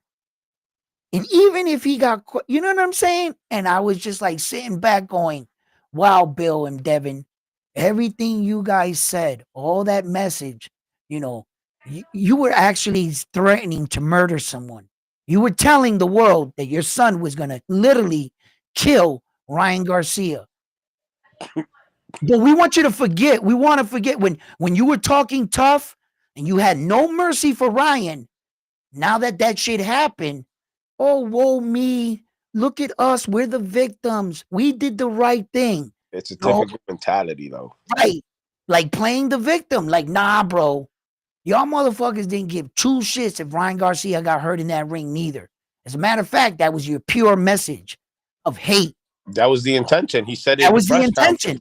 Right. I'm not sending my son in there to kick his ass. I'm sending him to murder him. To kill him. Have an ambulance on standby. Put your kids to bed. They shouldn't watch this. This is going to be a massacre. Yeah. And he got massacred. Funny how the tables turn, huh? Right. Karma, bro. But I always said it, and I said it on my channel. Had he just took it on the chin, got up and been like, yo, I underestimated you, son. You got me. You know what I'm saying? I took you light. I got caught. I'll see you on the next one. Right? He could have left it like that and kept it pushing. And got But him in blood. he wants to sue for assault and battery. He just made it so much more than he tried to get the sympathy of the fans to back him up to say, look, Ryan's a cheater. And what I was trying to say was this didn't start in social media. It started in the ring. It should end in the ring. Well, the funny thing is nobody talks about is the bullshit that Haney was doing outside of the ring. Punching with the dude in the carnival. Yeah, no. Nobody talks about that. God Right. forbid it would have been Ryan. It would have been all over. Oh, look at the shit he's doing. Yada yada yada. You know how that goes. The whole perception behind Devin Haney is the woe me, but they want you to ignore everything that he's doing. You know, punching civilians, bro. You are a professional trained athlete. If you punch that man, he fall back, crack his head. You're done, son. Regardless, as a fighter, your hands are registered as a lethal weapon. You have a responsibility. Yes. The fact that you swung and missed as a professional fighter, it makes you look worse. You're supposed to have skills, son. You didn't know how to judge distance. That's why you lost. Yo, you know what I'm saying? And it just seemed to get worse for my man. But like I said, like boxing's a blood sport. You bring them blood. You know, I look, I still think that a lot of these characters, and I don't mean to call them characters, but a lot of boxers in every unique situation, they're good for the sport. They got me and you talking about it, right? And all of us here, it's good for the sport. The other day I was talking about that. Is Tank Davis good for the sport? Knowing what we know already, knowing that he's not going to fight these champions or whatever, is he good for the sport or not? And I was like, look, man, boxing has always been the last sport they covered on ESPN. We need help as it is. I think that these men are going in there and punching their brains out. What messed up boxing was the Jake Pauls of. You think so? I'm not saying Jake Paul himself. It's just the influencers that get out there and they say they could do what boxers do. Some do it, some don't. But you got the Zone, that got the X series where it's a bunch of influencers go in there. It's for the hype. You know what I'm saying? Yeah. It's not like back in the day where we grew up watching. People didn't care about a loss. They cared about fighting the best, regardless of the results. They wanted to prove to the world that they were the best in that division. You know what I'm saying? Mm-hmm. You got Sugar Ray Leonard, Tommy Hearns, Roberto Duran. I mean, you talk about these greats that's all they wanted. They wanted to fight the best. Mm-hmm. Man, look, the thing with our era, that's my era too, the Roberto Durans and the Sugar Ray Leonards. Yeah. I'm really showing my age, right? So, the thing with that was those men understood sharing the ring with another champion and another warrior. They understood the value in that. It was not an era where the old dominated their era. Men weren't afraid to take a loss. For as much as Mayweather helped the sport, I think he hurt it, giving this persona that it's more valuable to leave the sport undefeated than the men that you fought against or you shared the ring with. And that's what I say, at least they can look back then like Roberto Duran. You look at his resume, you look at Sugar Ray Leonard's resume, you look at Marcus Hagler's resume, you look at Hitman Hearns' resume. They all got each other's names there. And they're all Hall of Fame fighters, legends, champions. And when you look, I fought Sugar Ray Leonard. And then I fought Marcus Hagler. I even fought Roberto Duran. And then I fought, that's prestigious. In today's era, Tank Davis is going to go, I fought Jose Pedraza. Washed up. Jose Pedraza. Did I mention Jose Pedraza? And it's a washed up Pedraza. It's not like he fought Pedraza on his prime. Because After Jose Pedraza, uh, Frank the Ghost Martin, who the hell, what world title did he ever fight for? Did he ever compete for one? No, I don't think so. Nope. I guess the Tank fight was the first time. Ryan Garcia, he's never competed for a world title neither at that time.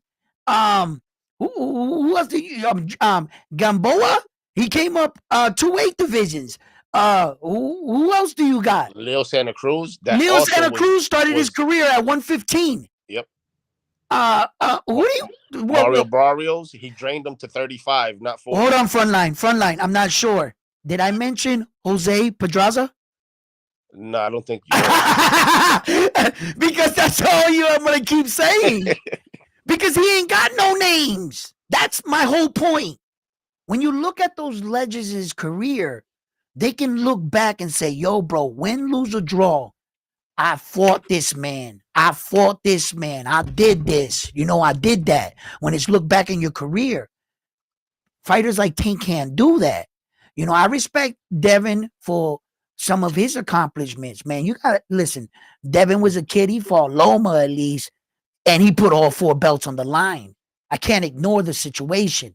He defended all 4 belts. He fought a guy that Tank hasn't fought, at least, and he dared to be great. So, okay, cool. My man, you did a little bit of something too, and I like that.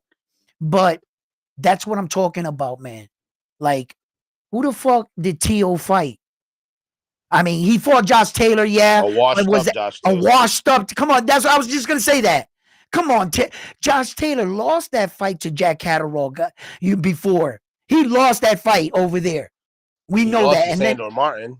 Come on, man. And then he didn't want to fight those men, and he vacated 3 belts because he was ducking smoke, and then went in to fight T.O. Like, so you see, that's what I mean. T.O. could have a better record. He could have already had Tank Davis, Ryan Garcia, Devin Haney, Loma. He does have Loma, but he could have had such a better record if the whole 4 horsemen of today would have all fought each other. Imagine what Devin Haney or Tank Davis's record would look like if he fought Shakur Stevenson, Loma, Devin Haney. The best that our era had to offer. That's all you could be judged by. It's who is there. But when they look back at your record and they say, what the fuck happened? Weren't you guys all in the same era? In fact, you guys were in the same weight division. Why didn't you guys fight? Yeah. And then that's when you start to, and then there's a flip side to the coin. I addressed this. I said, look, people, what if you were Tank Davis, right? Let me ask you frontline. You're Tank Davis, right? You come in, you get a big start to your career. Floyd showing up to your fights, people paying because Floyd's in the front row. And you're taking care of the rest front line. You're giving the knockouts. So the star that is Floyd is helping your success. You're also captivating on your success by knocking these people out. Okay. You get to a point where you've been fighting on pay-per-view your last 5-6 fights. With no names. With no names. You're a success with no names. Time to step up. At some point, just maybe you sit back and say, yo, Tank Davis, after you retire out of boxing, what are you going to do with your life? There's life after boxing. Tank, what?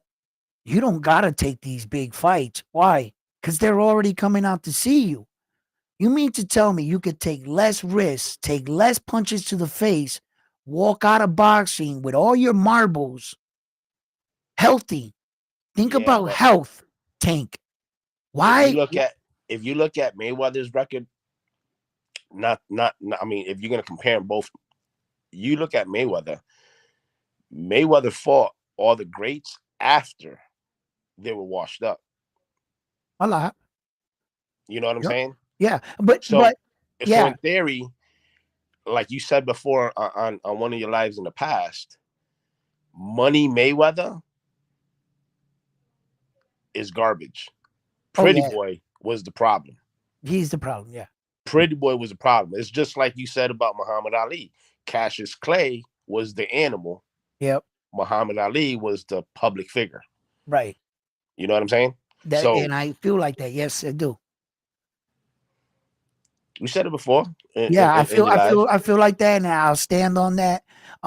Mayweather, that guy, he wasn't taking that kind of risk. He had done what he had to do. Young Pretty Boy Mayweather, though. Pretty Boy yeah, used to get in he there was a with the monster. heavy hitters. Nah, he was a monster. He was a monster. But it just goes to show that, and different men are in different points of their career. Now, my thing about Tank is that he's in an interesting situation. Does he have to take these big fights to solidify what career?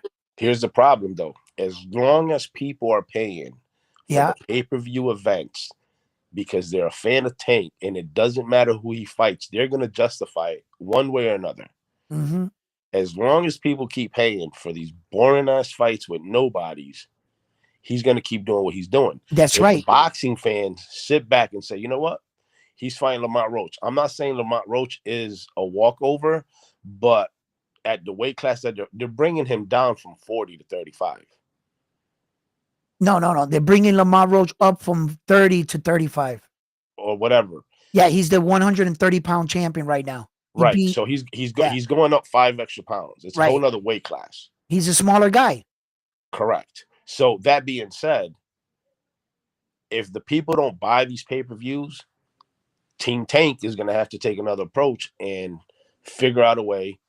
Like, we want big dollars. You want to be on pay-per-view? This one didn't sell as much because people are getting tired of it. We're gonna have to put a name in front of you. And that's the Yeah. only way shit'll change. If not, it's never gonna happen. Right. You know what I mean? You know, Same thing with T.O., that bitch ass. I can't yeah. stand that dude. Yeah, he took all that Sabria sales right out of our wins.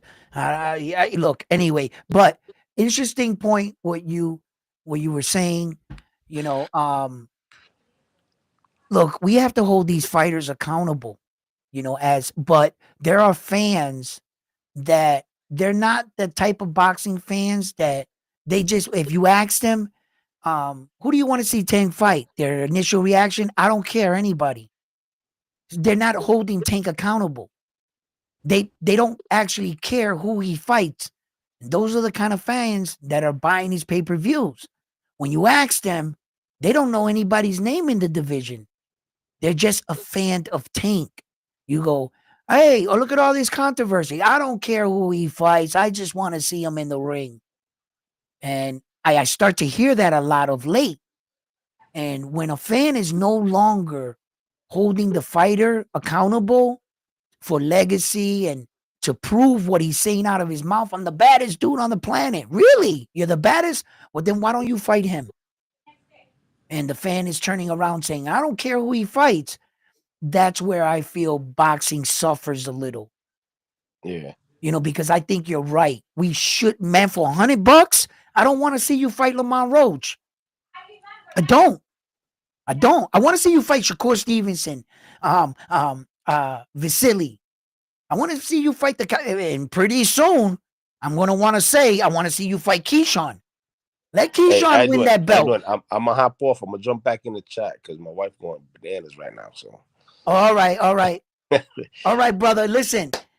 All right. Thank you for stopping by Frontline. Thank you for, and that's my man Frontline. Thank you for tuning in. Ryan Frazier, how you doing, brother? Salute. Ryan Frazier, a member. He that's my man right there. What's up, brother? How you doing? And I like a lot of these situations in boxing. I really do. Tank, man. Tank's just gonna be Tank, man.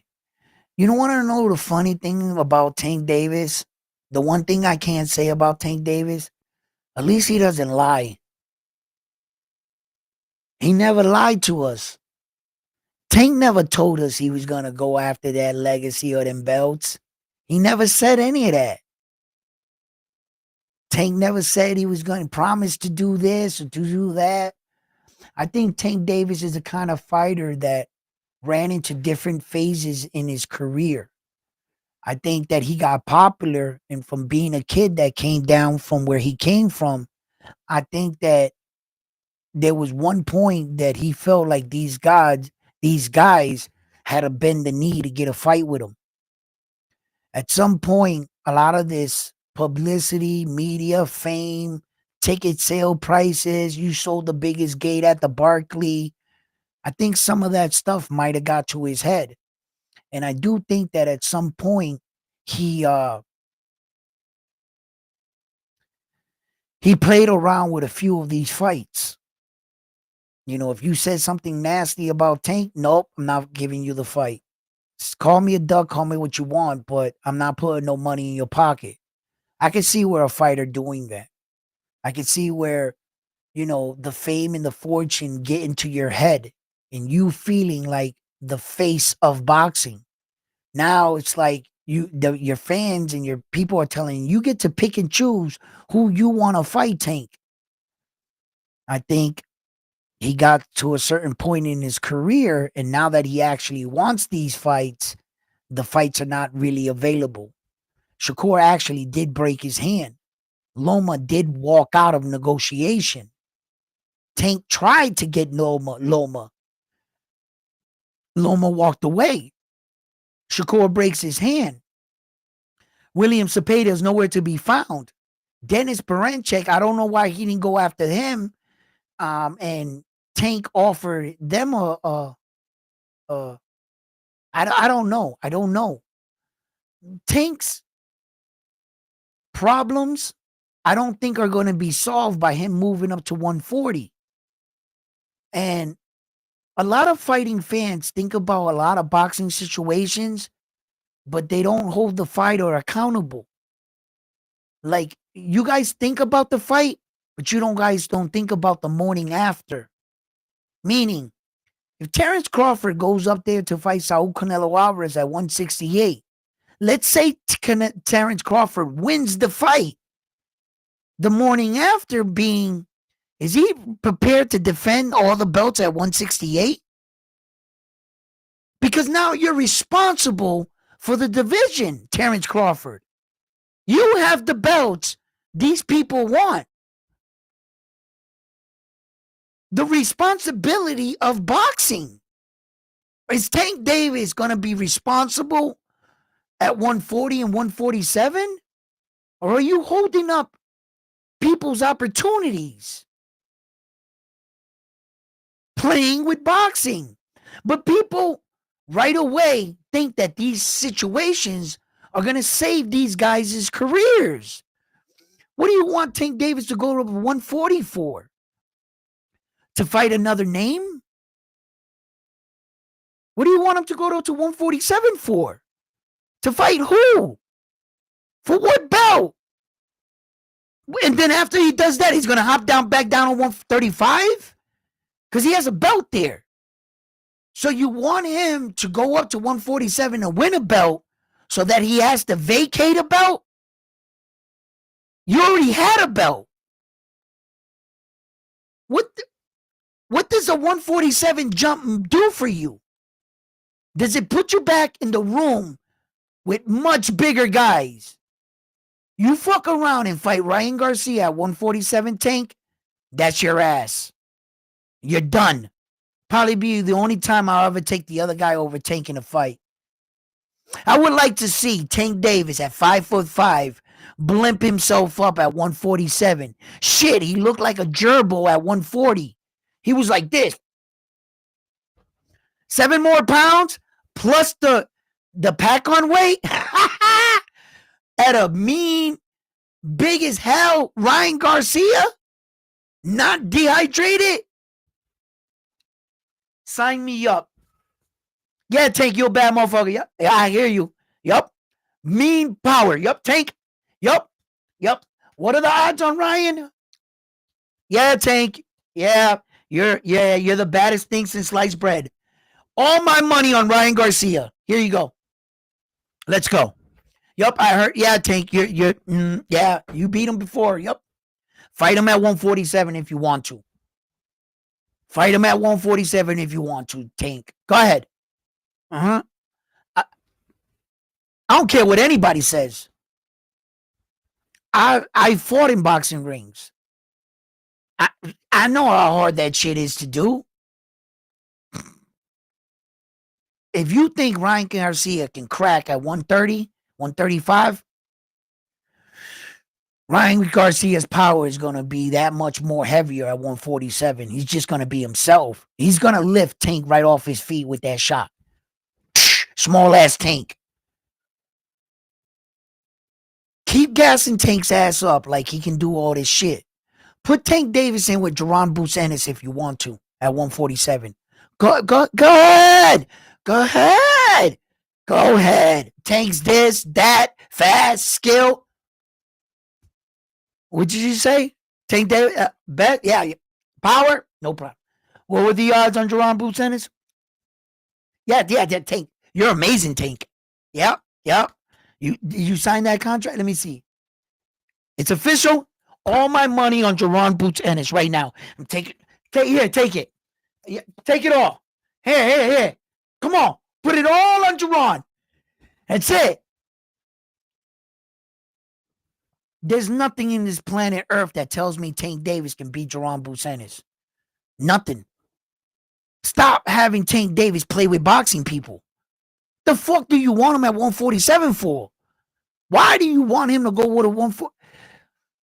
Do you really think, are you still under the notion that now Tank Davis got to chase these guys when they've been in front of him the whole time and he never fought them?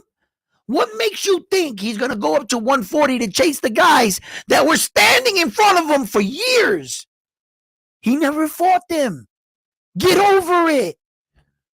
He's not going to do it. He needs just to stay at 135 and try to dominate his weight division. He's got problems and beef right there. You got enough work in front of you rather than thinking going up 140, 147 does what for you? Does what?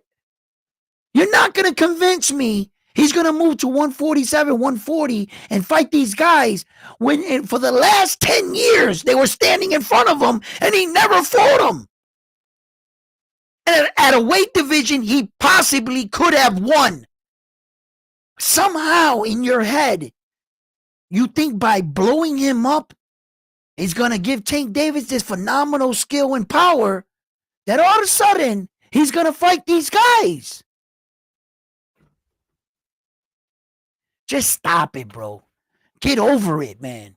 He ain't fighting these dudes, man. He never was. I think Tank got himself in a peculiar situation, and I'm not sure he's wrong.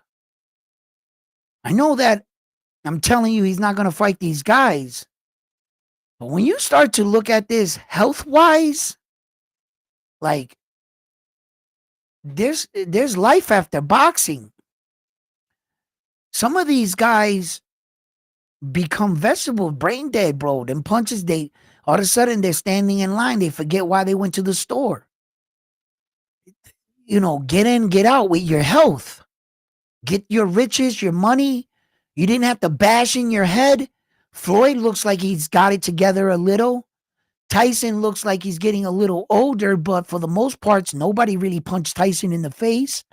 The guys that were able to get in and get out, Tank got himself into pay-per-view fights without fighting these kind of opponents. You kind of sit back and say, why do I gotta go in there and bash my brain in? The people love me, regardless. They coming out to support me, regardless of who I fight. 3-4 more fights. I basically went through my whole boxing career with taking very little damage and wreaking a lot of wealth. That's not fucking bad, bro. That's not bad. Roberto Duran, right? And Hitman Thomas the Hitman Hearn. Thomas the Hitman Hearn can take solace and comfort in the men that he shared the ring with. But unfortunately, Thomas Hitman Hearns can't spell his name today. He can't even hold a full conversation, and you might not be able to understand them. That's a really sad case. That was a 23-year-old kid fighting Roberto Duran and Hagler at 23 years old. He was young in there fighting with these legends. And for daring to be great and giving the fights that the fans wanted to see, that's the price you pay. He did everything the fans told him to do.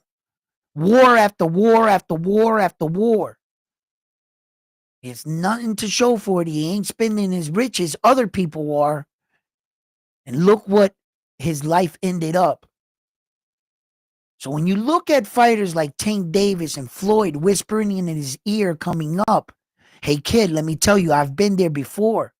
All these legendary fights and wars that these people, they don't care about your health. You better think about getting that bag and getting that money, getting in this brutal ass meat grinder of a sport. Get in and get out with all your wits about yourself. Forget about what the fans are saying. We want to see you in this tough fight against Loma and Shakur and this. Tank, think about it. You're already making that kind of money fighting Lamont Roach. Why do you got to make shit harder on yourself, Tank? Why do you got to take unnecessary punches to the face? You're already at the tail end of your career. 4 or 5 more years, Tank, you walked out of this unscathed. You might have not fought anybody, but damn it, that bag is fucking big. Who can tell you you did it wrong? Really? I'm stupid. Look at the size of this bag. I fought nobody. Got the credit for being somebody, right? And I did it all without damaging this pretty face. But I'm the stupid one. Let me take this bag with me. Right? As fans, as competitors, we're like, yeah, you're not a legend. He never said he wanted to be. Yeah, you're not going to the Hall of Fame. I never said I wanted to go to the Hall of Fame. Yeah, you never fought anybody. So what? I'm about to go spend all this money with my wits and healthy. Now I got to be a dad. Now I might start a business. There's life after boxing. I want to make sure I got my wits about myself. Yeah, you're a legendary fighter, bro, man. You got mad names on your record. Yeah. Buddy, I'm talking to you over here. Somebody got a rag, he's still drooling on himself. Shit. God. Yeah. Are those the pen pampers you got on? Yeah. Yeah. Legendary career, man. Yeah, man. Arturo Gotti, looking good. Your face looks great, huh? What is this? 17 surgeries? Plastic surgeries? Yeah. Okay. Yeah, man, look. You look great, bro.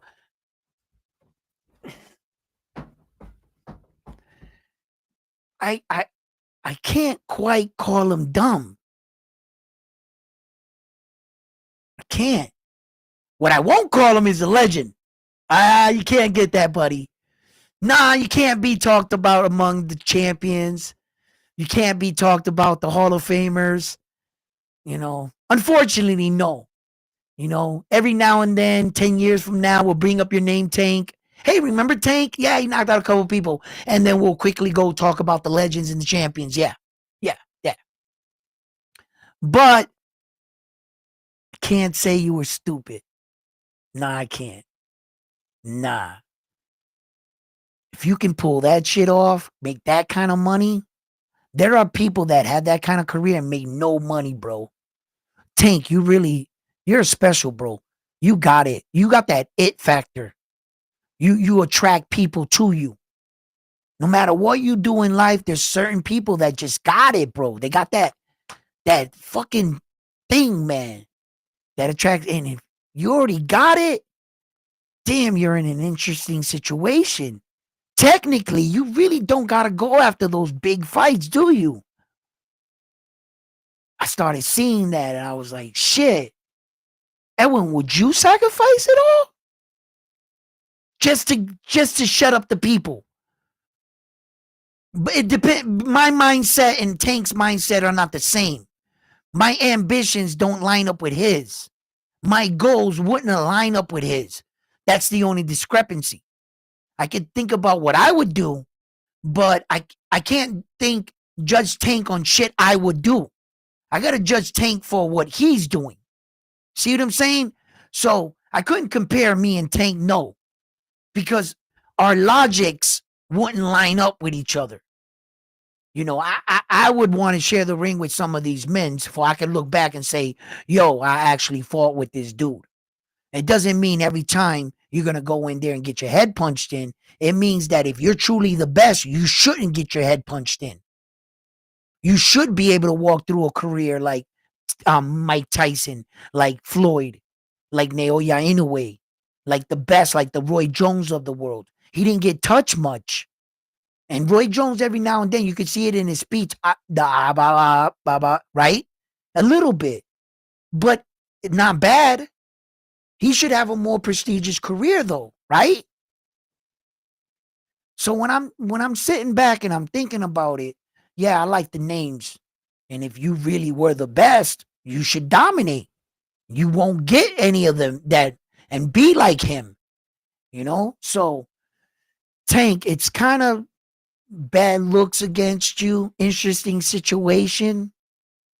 Do you think about legacy, health versus longevity and wealth? And what are you going to do after?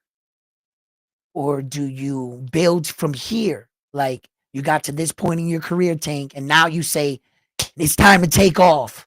It's time to put together some of these. I don't know.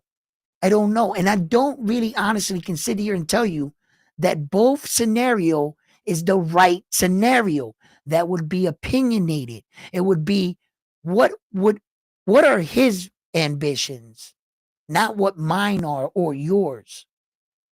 Because for me, we would want to see him fight all these good fights. We want him to shut up the people. That's not his ambition. We would have to ask Tank that personally. So, fight fans, thank you for joining in. Please, if you love my show, if you love my content, and you like what I'm putting down here, show me support. Hit that like button, share the videos. If you haven't already, subscribe to the channel. Thank you, chat family. Frontline, you're the man for coming in. Thank you for that. I always like somebody coming in and just talking boxing. You know, what's wrong with us coming on and sharing our thoughts about a sport that we enjoy watching, right? And I'm a bit of a conversationalist, you know, and I like to convert. So if you like having a normal conversation, you don't like to be sweared at, kicked off of a show, blocked because of your opinion, come here to Round One Sports Talk. We can talk boxing. Let's talk boxing. So, fight fan, I hope you enjoyed everything. Where the wall fight start. Round one. Love yourselves and have a great day. Thank you for tuning in. Oh, I got somebody coming in. Now I gotta stay. I was about to leave, closing up the show. Hello. Hey, what's going on? How you doing? I'm all right. What's up? Man, what's the topic of the day? The topic of the day.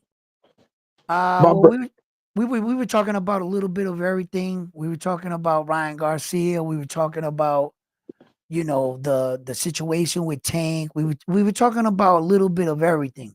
A little, okay. but we were basically, the topic of the day was basically, what do you feel about Ryan Garcia being the main event and Devin Haney becoming the co-main event on a card? And do you feel like Devin Haney can turn things around and so forth, or anything you would like to talk about? Oh, Ryan headlining. Would you say he have more followers? Um, from Devin Haney, Ryan Yeah. headline. The followers, the social media thing aside, he has way more followers than Devin Haney. The Oh Saudi well, prince, it makes sense. yeah, if a Saudi prince already, thinks that, yeah, that definitively he believes that he's more marketable Oh, than Devin Haney, and that's why things are, playing out the way it is. But Um, I think that it's good for both fighters. I think they both need to get in the ring, get a good fight, and then settle their differences on their first fight. That's what I huh. believe. Yeah, that'd be cool. But the main thing is that they fight, and not that they fight, but that they win they fights. Yeah, absolutely. Who's on the top headline or whatever, it doesn't matter. You Mhm. know, because Who's your what favorite time? fighter? If my favorite fighter, I just like the sport. I just a casual watcher of the stuff, but lately it's just been so much drama. It's hard to keep up. Yeah, People are really making a mockery of the sport, and yeah, boxing used to be a sport of respect, right, and now it's a little different. With all the media outlets and stuff kind of putting people down. It don't look too good for the sport. right, right. When these are men and women that are actually going in there, putting everything on the line, lacing it up, daring, to go in there in front of their friends and families and loved ones, taking you know, the chance of getting knocked out, and really trying to, go in there and lace, and that's hard by itself. So I commend all the men and women that do it right Yeah, away.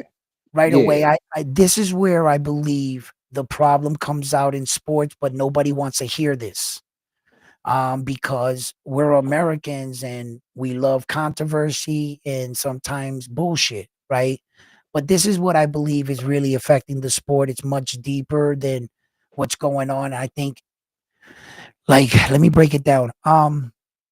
We as Americans in American sports, when we watch football, football is played nowhere else but in America. Basketball can be played in other places, but what I mean is all the top competitive teams are American teams. So as Americans, we're taught to pick our favorite team and sometimes even our favorite player. When it comes to boxing, boxing's a global sport. But as Americans, we're taught to pick our favorite fighter, our favorite team. So we don't understand that Ryan Garcia, well, Tank Davis, Shakur Stevenson, and Devin Haney are actually representing the same U.S. team.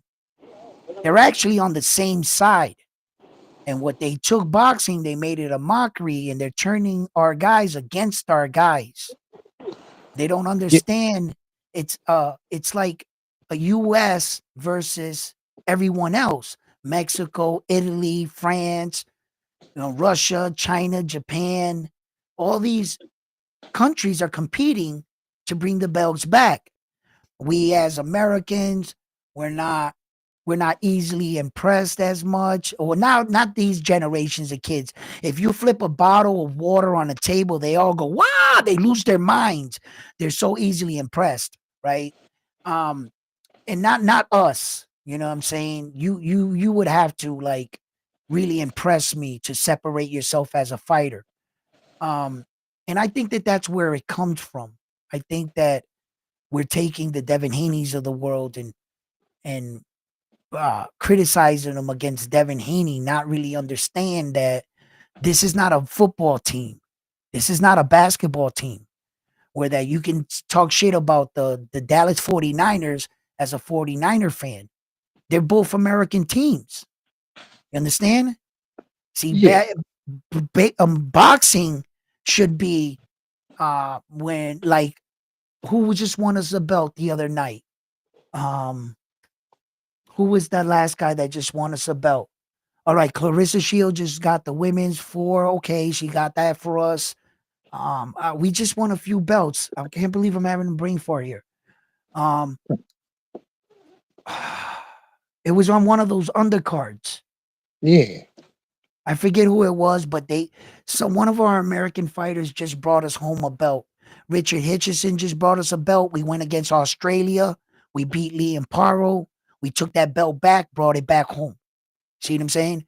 Um, yeah, and then sometimes in a competitive nature, I feel that just because we're on the US team, yes, we have the right to compete against each other. Is Let's it is it better that we do it mono versus mono, or you think it's better to do it national, like say a country against country? Because that could, that it's that always that kind of it, changes the right, aspect. When people right. do that, it's not healthy. It's kind of like racist. No, no, no, no. Look, it's actually boxing has actually always been like that forever since the beginning of time. When we talk That's what about when we in the talk about beginning of time it was more racism though. It's probably more healthier to just do it, um that man versus that man, okay, instead of putting a country involved in it, because it really is two men in the ring. It's not a country. It's just two men. okay. But if we generalize and say a whole country, it adds an element of racism, like No. saying I like think I saying I think we're more programmed to think that some of us, but other of us that can see it. Like, for example, when you see the Olympics, do you see racism saying that another country competing against another country in the pole vault or in the no, gymnastics? No, you no, don't see it like no. that. No, it's a country versus US versus China. So That's true. your theory about saying this, and this has always existed. I love Mexico Puerto Rico rivalry boxing. It's been a rich rivalry in boxing. I love America versus Mexico. I love that shit. And I'm smart enough to know and respect my rivals because without my rivals, where would the sport be? I need them like they need me. I respect the rival between Japan and the Philippines. They're always knocking each other off. And real boxing fans, like when we see this, when we see Mexico versus Mexico, we understand that that's passing of the torch for the next Mexican star can be theirs. Saul Canelo Alvarez is represented and backed by the people of Mexico. That's their But star. but Terrence some Crawford, people but some yes, people in Mexico, they don't like him. They say he ducks. Some yeah, I people know, do, some people don't. So if we right? go the Mexican people, it throw them all in one barrel, and that's racism. Instead Well, of just saying Canelo fans. right. And there's thousands of Mexicans that don't believe David the Monster Benavides is a Mexican because he was born in the Right, United States. Yeah, right. I mean that's picking straws. What's obvious is they're paying and to show up to see Saul. He is definitely a Exactly. The a man, born the man a, himself. yeah, he's obviously representing the Mexico team. When he is announced, a Mexican flag is shown. He was born in Mexico. He definitely represents their team.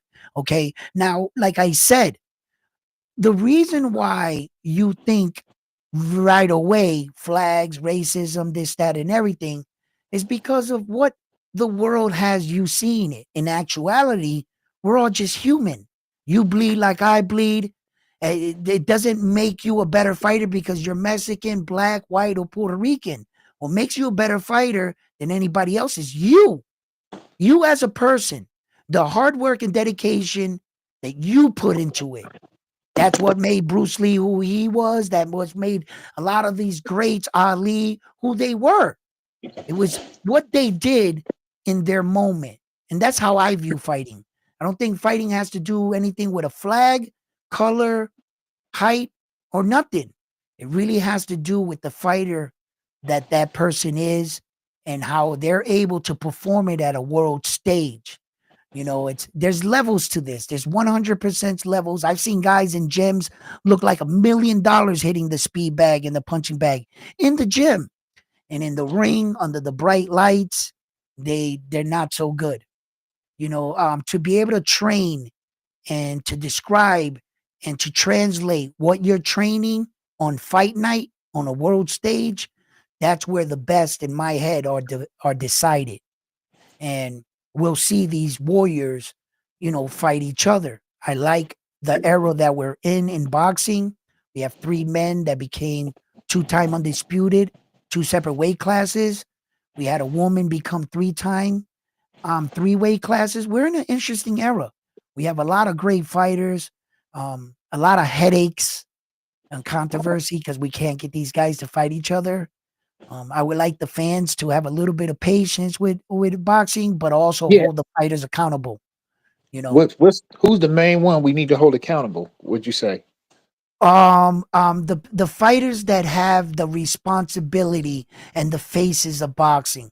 If you're the Uh, face of boxing, Tank yeah. Davis, and you're a king, well then Oh, you don't like Tank, huh? you're gonna have you're gonna have to do king shit. No, in Yeah, fact you I don't like love him. Tank.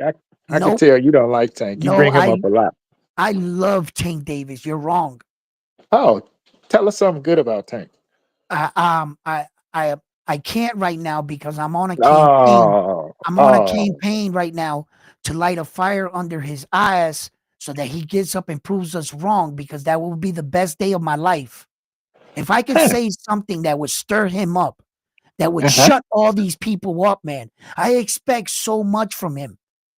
I huh, think that he's a remarkable talent. I think that Tank Davis has all the skills in the world, the power, the ring IQ. I think uh-huh, that Tank Davis is a phenomenal, and I think he's great for the sport. I think that all everything I wouldn't take away anything about Tank Davis right now because and then it would take away from the man that he is today. Am I frustrated with his career? Yes. Do I want why? him to fight bigger? Because there's a Have you fighting have you have you watched any of his fights? all of them. There hasn't been one I've ever missed. You seen them all? Yeah. Who hasn't? Why wouldn't you Wow, watch Tank fight? He's amazing, wow. exciting. Oh, well, hey, he's amazing and exciting. Yeah. So he must be doing something right. Yes, he's knocking these suckers, these chumps out. The the Dang. the level of competition they're putting in front of him, you can't say he's not executing. He's fucking executing Oh, at a high level. yeah, but he's so you're a fan. If you've seen all of his fights, you're a fan. No, no, no, no, no. I'm a fan, but that's not right because as much as I'm a fan of Tank, I'm a fan of every boxer. Okay, so I that means love you're the a fan. sport of boxing. Mm-hmm. You see, and Yeah. what the thing with Tank is that when the Four Horsemen was around in his era and they were all young, do you think back 10 years ago when you saw babyface Ryan Garcia, young ass Tank with no tattoos? You seen Vasily, he was older than all of them, but you seen young ass Teal. When we were thinking back 10 years ago, we were going like this. We can't wait for these guys to meet up. Shakur Stevenson was one division behind them, but he was slowly catching up. When the time finally came, it seemed like every fight for Tank was an unfortunate of events. Why he couldn't get the fight. Time after time, you pay your $80 for Tank Davis pay-per-view, but he never fought Shakur Stevenson. He never fought um Teofimo Lopez. He never fought Devin Haney. He never fought any of the four horsemen of his era. And out of all the horsemen, I had to admit, the one with the less accomplishments, no belts, Ryan Garcia had the biggest balls out of all of them. Ryan Garcia doesn't have the more accomplishments than Devin Haney or Teo, but he fought the Devin Haney. He fought Tank Davis.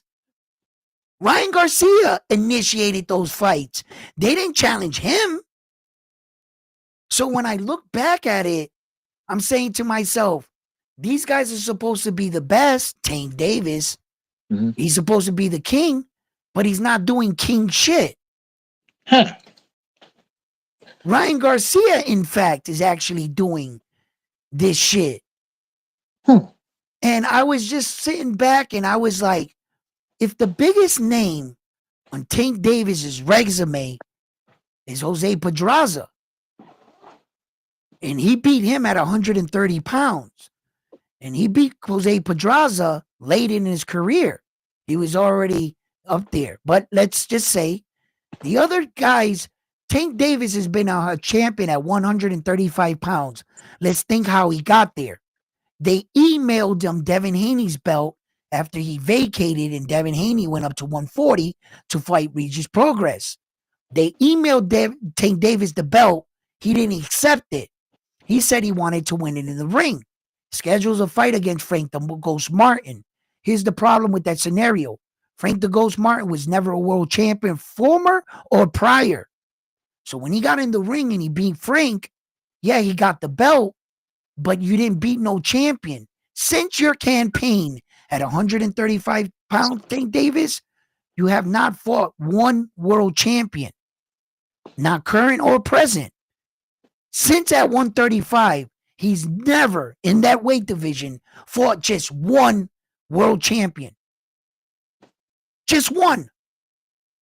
It's not on his record. And then the 140 fight that he fought Mario Barrio was for a regular secondary title. And as we all know, if you got a regular belt, what does that mean? You have a piece of a championship. You're not awarded full championship status. So you're not a champion. So that Mickey Mouse belt that you went up there at 140 to fight for was basically for a waste of time because the boxing gods don't even give you acknowledgement for 140.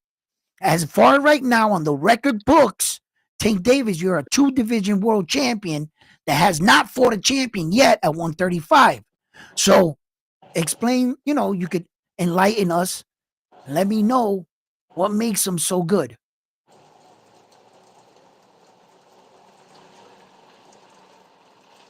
Huh. Are you asking me? Yeah. What makes him so good? Yeah. You watch the fights. You watch every one of his fights.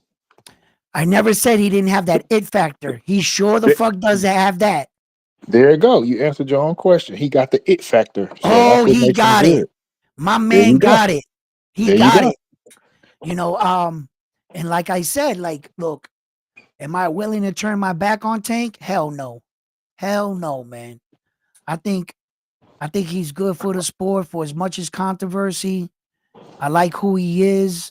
I'm still got my fingers crossed. And maybe if I stopped enabling him, because I felt for years I was enabling them. I kept fighting for Tank over all social media saying, nah, you guys are crazy. Tank's the best. Tank's the best. And not until like a month ago that I said, maybe if I just stop enabling his behavior, his bullshit, maybe if I call him out on some of this shit, maybe he'll prove me wrong. That's all I've been trying to do. Like I just stopped enabling him. If he don't fight, it's a catch because you can look at any boxer's record and say there's somebody they should have fought, and then they fans could say 100%. it's a reason why they didn't fight him. Like that Inoue guy, people say he should have fought that guy and he ducked him. Yeah. But then Inoue fan says, nah, he got a reason for it. Yeah, So I feel like if we give Inoue the reasonable, give them the benefit of the doubt, then we should do it with all fighters. We can't pick and choose, man. Yeah. There's a different. If we want Tank to fight his mandatories and fight champions, then that's in line. Then it should be like that for all fighters. That's all. No big deal. Right. Cool. I definitely hear what you're saying there. The situations are all different. Yes. Yeah. We're not giving Inoue a pass because none of us ever believed that MJ was ever a threat. We all recognize that as Ed Hearn doing a great promotional job selling it to the people. Like if Naoya was actually scared of this guy, great promotional hype job, great feeding into it. When the people do their homework, they're going to obviously see that MJ avoided all the smoke at 125, Doug Stephen Kubo Fulton. He was one of the biggest ducks down there. And that if you ask the people, how can you consider him ducking MJ when if you ask that same person, who do you got in the fight? They're going to say the monster. No one believes MJ can win. So it's like he's avoiding a guy that you don't think he can actually beat him? No, that's good promotional by Ed Hearn. He did a great job trying to get his guy in there with the WBA. He thinks he's slick. MJ fought a guy ranked in the top 50. The next guy, the guy in the top 80, and that awarded him a mandatory slot for the WBA. He didn't fight anybody in the top 30, the top 20, the top 10, or the top 3 fighters in the division after losing his belt. He fought a guy in the top 50 and the top 80. And they sold it to you like, oh, yeah, I was scared of him. It's fucking ridiculous. It's funny as hell. As far as Tank Davis situation, if the question you're asking me, does Tank Davis needs these fights to solidify his status as a great fighter? And my answer to that is going to be no. Tank Davis doesn't need that to solidify because Tank has one thing that a lot of those fighters didn't have: huge popularity and wealth. If he's you're popular. right, if So you're that asking me, he must be doing something right if he's no, no, no, popular. no. If you're asking me at the end of the day, what do I hold more significant? There's nothing that matters to me more than the belts, right? There's no money dollar amount for me, right? But that's me. That's not Tank Davis. And if Tank Davis is in a situation where he's making the kind of money that these guys need 4 belts to make, meanwhile, Tank Davis got an interim champion and he's making triple the amount. How could you say Tank Davis is wrong? Yeah, Right? he's Right? right. He's doing his Right? thing. He's doing Right? a He's good. He doing got his a great thing. career. He's doing fucking Tank Davis shit. And then Yeah, I talked about this. There's life after boxing. Does Tank Davis got to go in there and bash his brains out for what the fans want? Or can he put on a couple more fights and walk out with his wits about himself, got the bag? And that's exactly what I was talking about before I was wrapping up my show.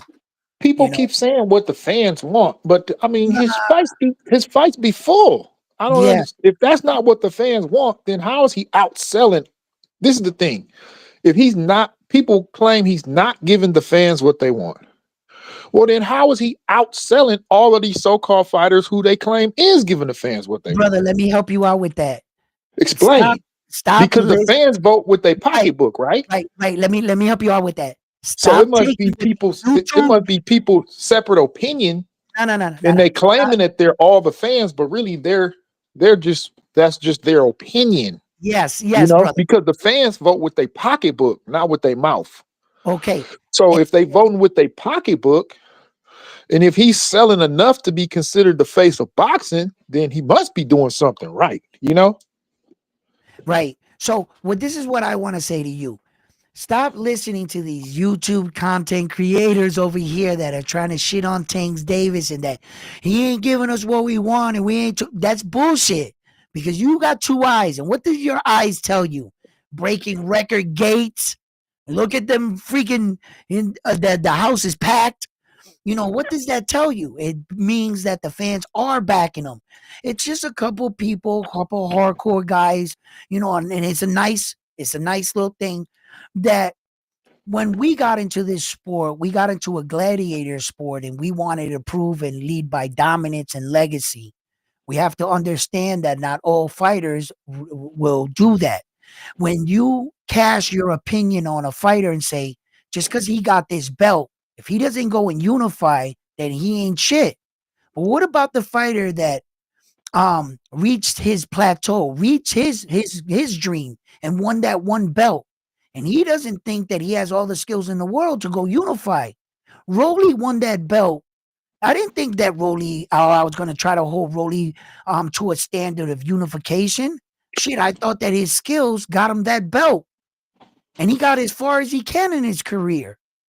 So not all fighters have the same ambitions and the same goals that you might want for that fighter. Learn Rolly is from fighting Ryan, ain't they're about to fight? So you like Ryan? He's a great fighter. Yeah, no, wouldn't say a great fighter, but I would say he's entertaining for the sport. He brings eyes. Huh.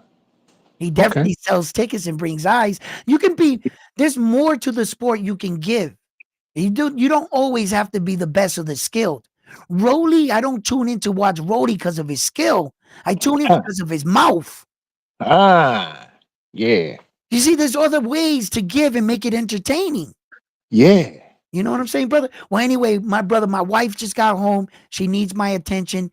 Thank you for stopping by. You're always welcome to stop Thank you. in. And we could talk boxing. Like I said, we can always be gentlemen and have a conversation. I'm a bit of conversationalist myself. You So gonna go live tonight? probably so. Yes, probably so. Around 8:30, 8 o'clock, right around there. 8 o'clock Eastern time. Yeah. Okay, All no right. problem. No All problem. I right, want. brother. Hey. I like you to debate, man. I want to see you debate. I have That hey, several hey, times. that guy BFBB or whatever his name Yeah, is. That was good, BF. man. Yeah, I'll be rocking him. Yeah, He y'all be should kicking me debate, off all the time when he don't got no answers for me. You know what I mean? man. Hey, Yeah, that guy did a live yesterday. It was like 12 hours. I was like, I know. wow, I know it was 12, crazy. 12 hours. That was All right. amazing. All right, brother. I gotta go because my wife is giving me the stinky eye from over here. Whoa, All right, you don't brother. want that. Hey, All right, listen, brother. Take care. Have a all right, great day. Love yourselves and thank you for tuning in. Please give this video a like. My man, thank you for showing up. All all fight right, fans, enjoy yourselves. And we're out. We're on to the next one after this one here at Round One Sports Talk. Peace. all right, all right. My man.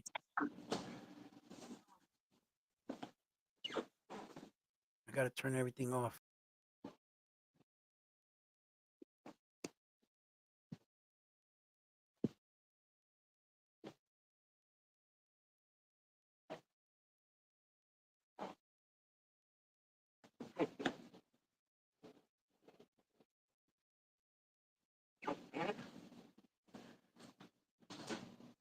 Fight fans.